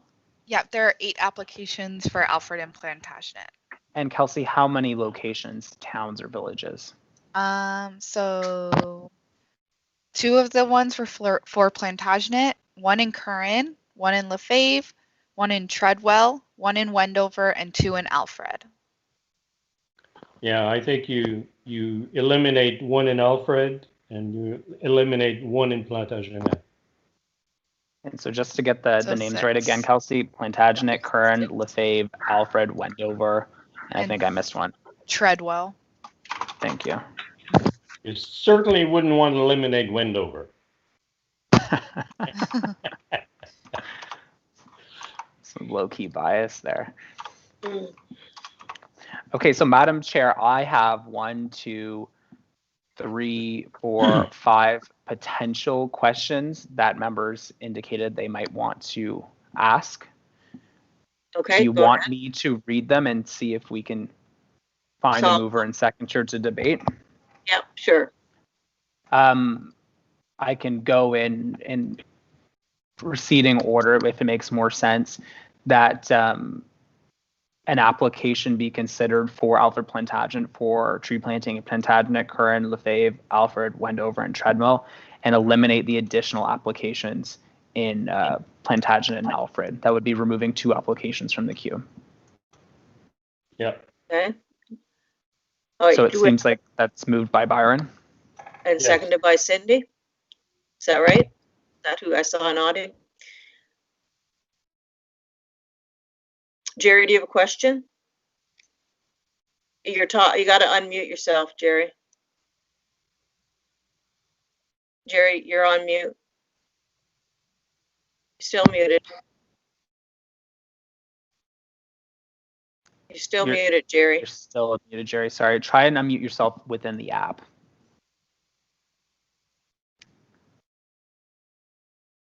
Jerry, you're still muted. We can't hear you. Okay. There you go. Okay. No, I had a question before, but I couldn't get in. Sorry. Go ahead. No, it's okay. Go carry on. My question was, how many do we have to get rid of? 7. Is that correct, Kelsey? Why don't we just try to identify the 7 instead of identify the ones that are approved? I think we've managed to do that going through. So go ahead. We have a mover and a seconder for the supplemental part. So that's a mover and second to remove the additional applications from Alfred Plantagenet and simply leave 1 from the 6 remaining towns.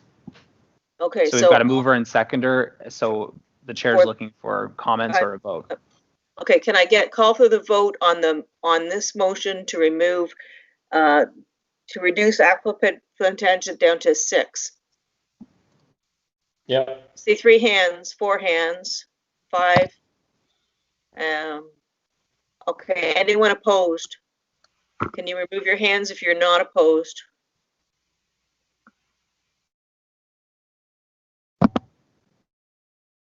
Okay, I just see 1 hand up, but I think it was in favor as well. So that one is carried. The next one? The next one was North Glengarry, and a member suggested that we consider rejecting that application because it is outside of the watershed jurisdiction. That's the application in Alexandria, North Glengarry. So to be considered to remove from the current motion, we need a mover and seconder. So do I have a mover to remove the request, the grant request from North Glengarry, Tom? Moved by Tom, seconded by Cindy. Okay, now can I get a show of hands in favor of removing the North Glengarry from the motion as it stands? I see 4 hands, 5 hands. I agree. It's Doug Thompson here. I'm having some problems Where is Doug? He's I'm gone. hiding.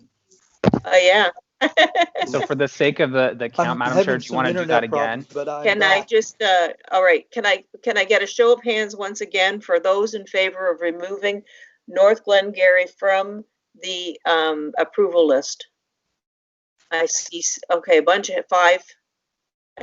Doug is just moving around there or something. Doug, can you give me a Yes, verbal? I yea or nay? agree. I agree with removing.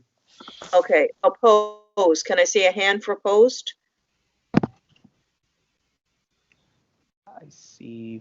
Still seeing 2 hands. Jerry is opposed and Murray is opposed. Tom. Karen here. I'd be opposed to that right now. Karen is opposed. So Karen and Murray are opposed. And Byron and Tom, you still have your hand up. I don't see Tom's hand. Oh, you did? I do. I don't have my hand up. I didn't see Tom's hand. I just saw Murray's and Karen was opposed. Oh, Tom is opposed? So 3 opposed. And how many are in favor again? I saw 5 in favor. Madam Chair. Tom's in favor. I made the motion. I thought you did. But you can make a motion and vote against it, Tom. No, Something's not. going I on. wouldn't I've got do too many that. voices coming through. I'm trying to get my damn hand down there. Oh, my hand's raised. Damn it, that hand. I counted 6 in favor and 3 opposed. Okay, Madam Chair. thank you. I thought I had 5. Okay, so it looks like that carries, that the North Glengarry is removed. The city of Clarence Rockland is next. It's got 5 applications. And the request was to consider removing 2 approvals and provide approvals only in the towns of Rockland, Hammond, and Bourget. Okay, so they choose between 1, 2, and 3, and we approve 4 and 5, correct? Correct. Yep. Okay. All right, so all in favor Oh, of... no, Madam Chair, it requires a mover and a second. Oh, we need a mover to approve the Remove funding of Clarence Rockland's grants for 1 in Rockland area of their choice from the 3 listed, and 1 in Bourget and 1 in Hammond. And if I can clarify, team, just I know it's a little bit complicated, but we haven't approved any applications. We're looking to remove some from the list. So we're not voting on approval. We're voting on the action, which right now is to remove 2 of those or reject 2 of those. Yes, we have the approval of the, yeah. Okay, just to be careful. Okay, so at this point, we're looking for someone to move and second to remove 2 of those or deny 2 of those applications. Okay, so moved by Byron and seconded by Doug? Yeah, yes. Okay, all in favor of removing 2 from the Clarence Rockland applications? Seeing hands going. Anyone opposed to removing 2? Can I see anyone opposed? 1 opposed, okay. So that carries. Edwardsburg Cardinal, they want a grant. So anybody opposed to this one? I didn't receive any comments I didn't record any comments from Clarence Rockland. The only 2 comments I had recorded, Madam Chair, were from the Augusta Township. Moving down to is Augusta? The Augusta Township, and it was to consider denying the application for the fire hall. Okay, I thought we had done that one. Okay, do I have a motion to deny to remove 1 of the 2 of Augustus, the fire hall one? Tom is moving. Cindy is seconding. Okay. So we're going to remove the fire hall from the applications from Augusta. Show of hands to do that. Got a lot of hands going up there. Anybody wanting to in opposition to it? Nobody. Okay.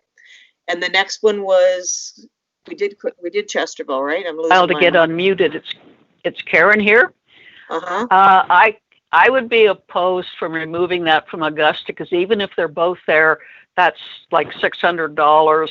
Meanwhile, you've got Alfred Plantagenet Township, if you approve all of that, getting $2,400.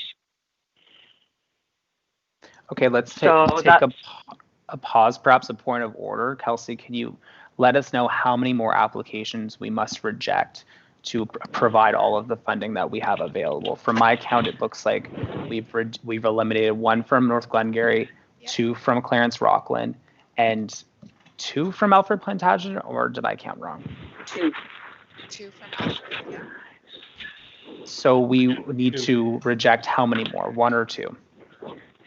Just 1. Sorry. So Let's give Kelsey a second, but for sure, guys, we're very close. It seems as though we need to reject probably 1 or 2 applications. Did you include the Augusta one there? I didn't count that, I don't think. Sorry. Yeah, the Augusta one was out. The fire hall. We're at 5 that we've taken out already. So Including the fire hall in Augusta? not including the fire hall in Augusta. So that one is 6. But we do have an approval. We just counted the vote on that. Yeah. So we'd have to re-add it. So that's 6. So Yep, do we so need that's- to reject 1 more, or is that the total? That's the total, yeah. Because I need 1 more to be rejected. It's all within the. Yeah, isn't it 7? I may have counted wrong, but I want Kelsey to confirm. so we had 30 applications. We had 30 applications, and we had enough funding to For approve 20. 24 projects. Yeah. So we needed to reject 6 applications. Yeah. So at John, this did you want to point- say something? You're We're at muted 6. though. Yeah, I'm a little uncomfortable with blowing the entire budget 4 months ahead of the end of the year when we could have other applications and maybe looking to fund some of those good applications we don't know about yet. So we seem to be concentrating here on spending the entire amount by approving almost all of these except for 6. And I'm wondering, is there not a way we can keep a little bit of this money? Maybe it's too difficult because of these applications, whether or not they're from the same municipality, they're warranted. I guess maybe we can't do it. So what happens, John? Other applications come in the next 4 months, are automatically excluded? Yes, I mean, in short, yes, we'll have to debate their merits in next year's funding. But the second thing that's really important with the amended program guidelines that are only for 2020 is we don't have time to approve any more tree planting projects if it doesn't happen now, because we still need time to complete the projects this fall. Okay, Bill? All right, Okay, yeah. Bill? Yes, thank you. And John covered one of the points. Am I off mute? I can't tell. Yeah, No, you're good, off Bill. mute, Go but ahead. somebody's Yeah. got to. John covered one of the points that I wanted to make, and that was our next meeting will be December, and that's too late. Once we get past September, October, it's too late for tree planting for this particular year. So I'm comfortable going that way and leaving it for next year.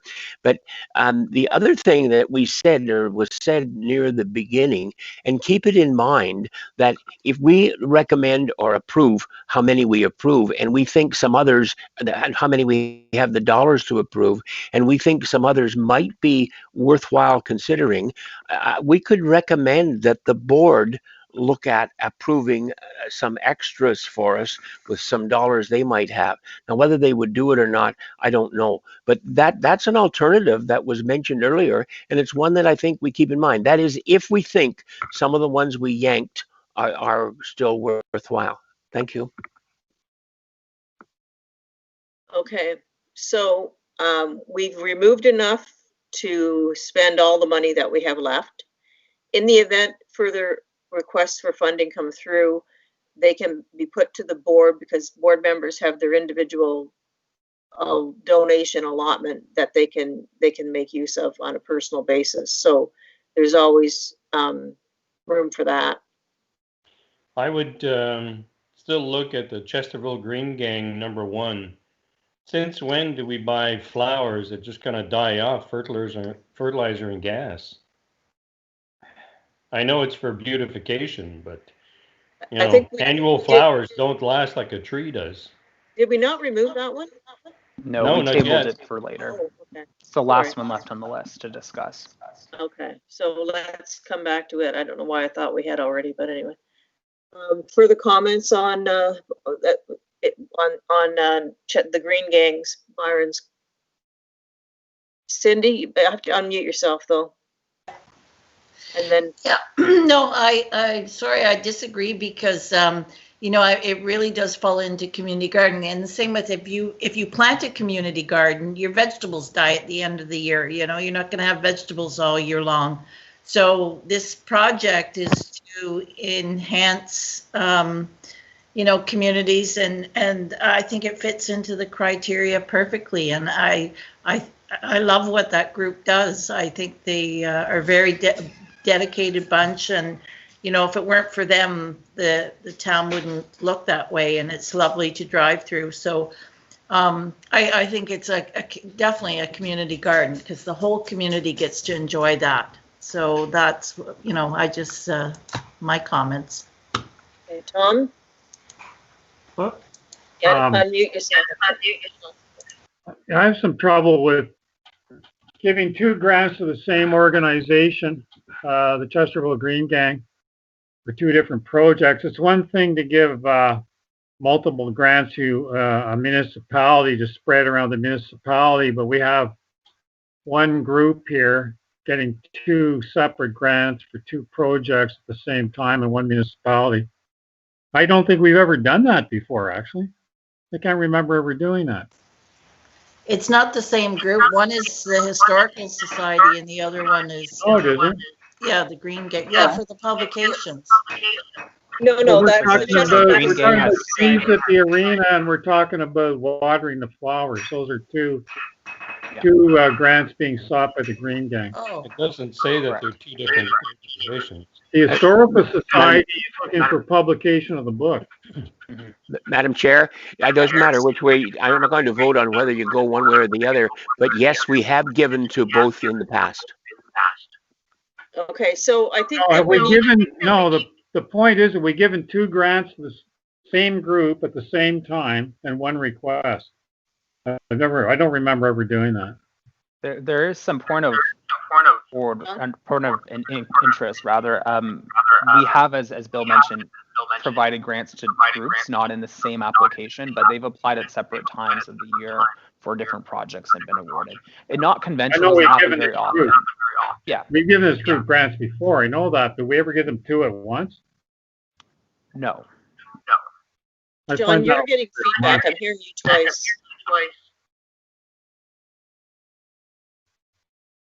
Anyway, if we don't need to cut another one, I guess I'm not overly concerned. I just don't want to set a precedent here where one group can get, 2, 3 grants at a time. Well, we can vote on it. Okay. Are we ready to call the vote? Have we got rid of enough that we can call the vote?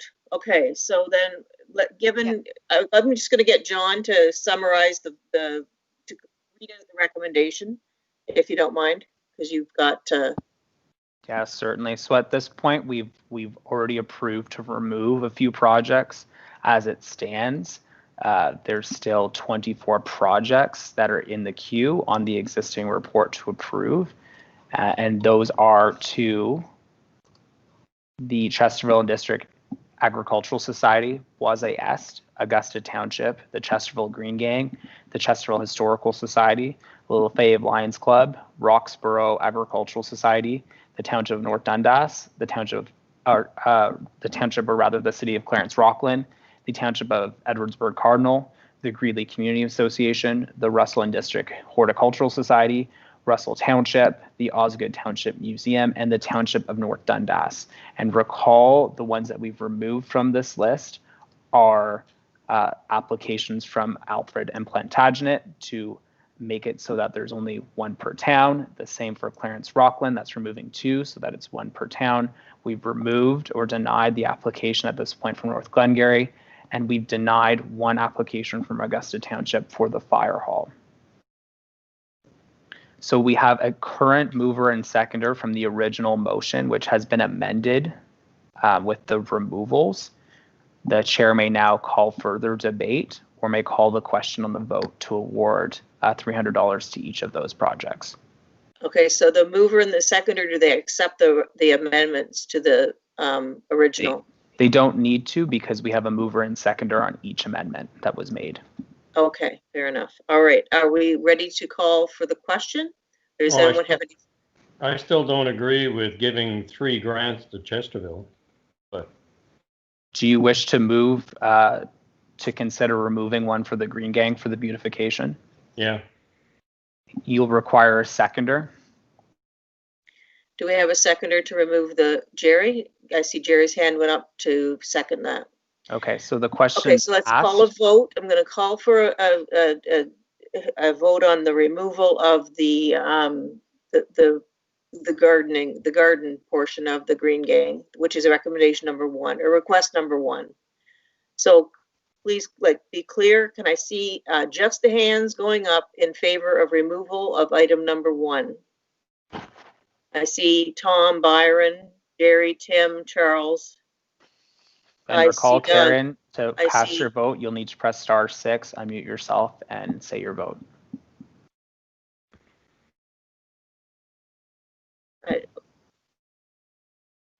What's your count, Madam Chair? Well, I saw 5, but I see 2 now, so I'm waiting to see what Karen's got. If you could just put your hands up if you're in favor and leave it up. If you click on the little hand in the thing, it'll stay up there.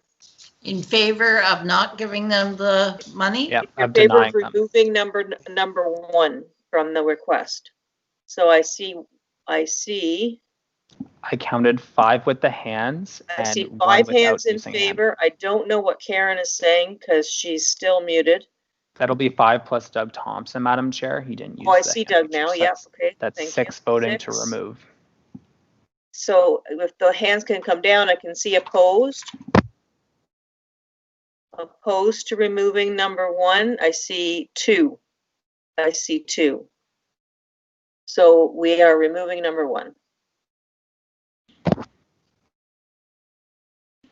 All right. So now the whole motion for the complete funding. Do you need to reread it, John? It's not amended because we still have 1 project from the Chesterville Green Gang that's still in the queue to be approved. So the resolution, and I'll put it on the screen for everyone's benefit here. Sorry, 1 second.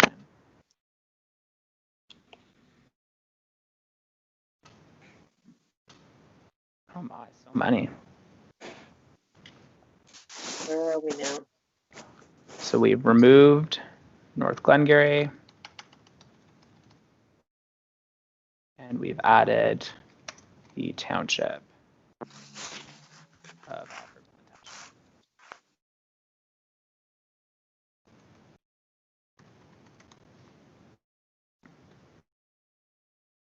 Let me just reshare my screen. And there. So, Madam Chair, you can call for further debate or motions, or you may Okay. call the question on the recommendation as it stands. Just to be clear that the way this recommendation reads, it looks to me like it's $300 to each of those organizations. So that's 1 each, which is not the reality because some are getting more than 1. So we can amend the resolution and note we've already recorded in the minutes the projects that were removed from the queue, and that will be reflected in the minutes. Recommend the board. It's Doug Thompson. I had a question for John, Madam Chair. Go ahead, Doug. John, these are all together. Now, I've declared a conflict of interest in the Greeley Community Association. Does that mean that I can't vote at all? It is up to the member to decide their peculiar interests. If you have a financial gain from the vote, if you are to benefit financially from the result of this vote, we would kindly ask you to consider not voting. If you are not in a position of financial gain, it is up to you to decide if you are in a conflict by voting on this motion. Yes, but no, for the I'm benefit not- of members, if we'd like, if there are interests that are involved, we can split the motion. No, that's okay. I'm not going to gain financially, personally through this, so I will be able to vote. Okay, so are we ready? You're in the answer to specific projects as requested? Is that what you're looking for? That's $300 each. Exactly. And recall, we've already recorded the minutes of projects that are denied. Okay, fair enough. All right, so do I have a mover? Who's the mover as amended? Kelsey, Who do you was want to note who the mover was on this motion originally? Sorry, I was muted. For the original motion, it was Jerry moved it, and it was seconded by Charles. Thank you. Okay, so are we to with the projects in there? Do we just need it to repeat it, or how? I'm sorry, I'm running out of steam. That's okay, Madam Chair. The chair We is could looking just for any vote. further discussion, and Just in the vote. absence of no discussion, we'll proceed to a vote. Okay, so are we're clear with this? It's been moved, it's been seconded. All in favor? Show of hands, please. Having a hard time seeing hands here. Whoops. Just I make sure to leave your hands up, everyone, please, and thank you. I have 7 recorded. All right, I got 6 hands up and and 2 extras. 7 with 1 on the screen. Okay, Yeah. opposed, if any, can we see? Clear. All right, we're good to go. We have that passed. We have an echo again. I think it's me. I'm hearing myself twice.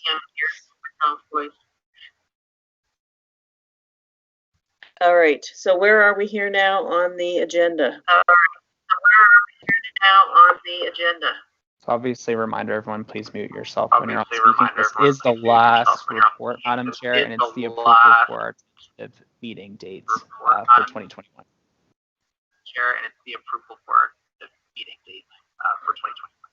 Okay, John, I just heard you say that 3 times. I am just going around and muting everyone.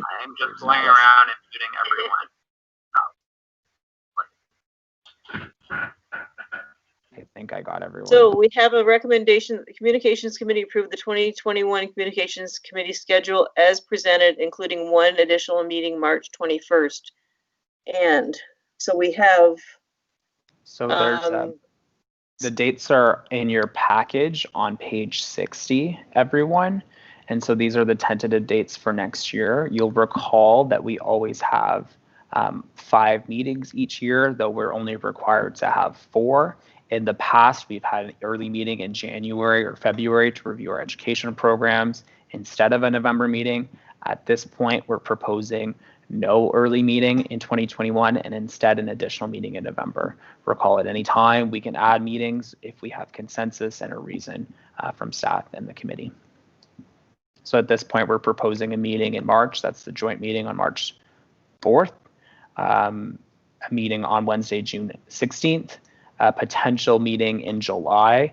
We've noted that it would be ideal to have a site visit per normal, and then a meeting September 15th and November 17th. At this point, each meeting is proposed on Wednesdays at 9 a.m. unless the group would like to recommend new start times. Okay, so any discussion on these meeting dates and times? Not seeing anybody's hand going up. I need a mover. Did I get one? Byron moves it, seconded by Cindy. All in favor? Seeing a whole bunch of hands going up, and anybody opposed?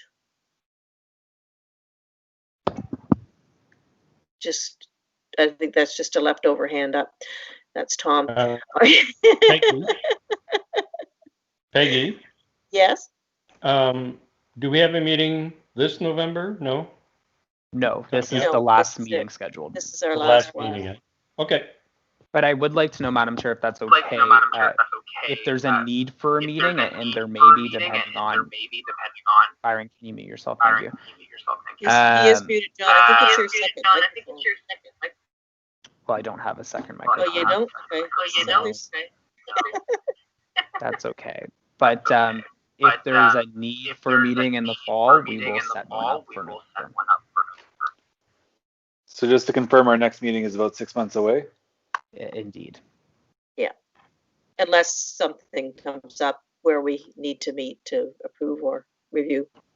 Exactly. Okay.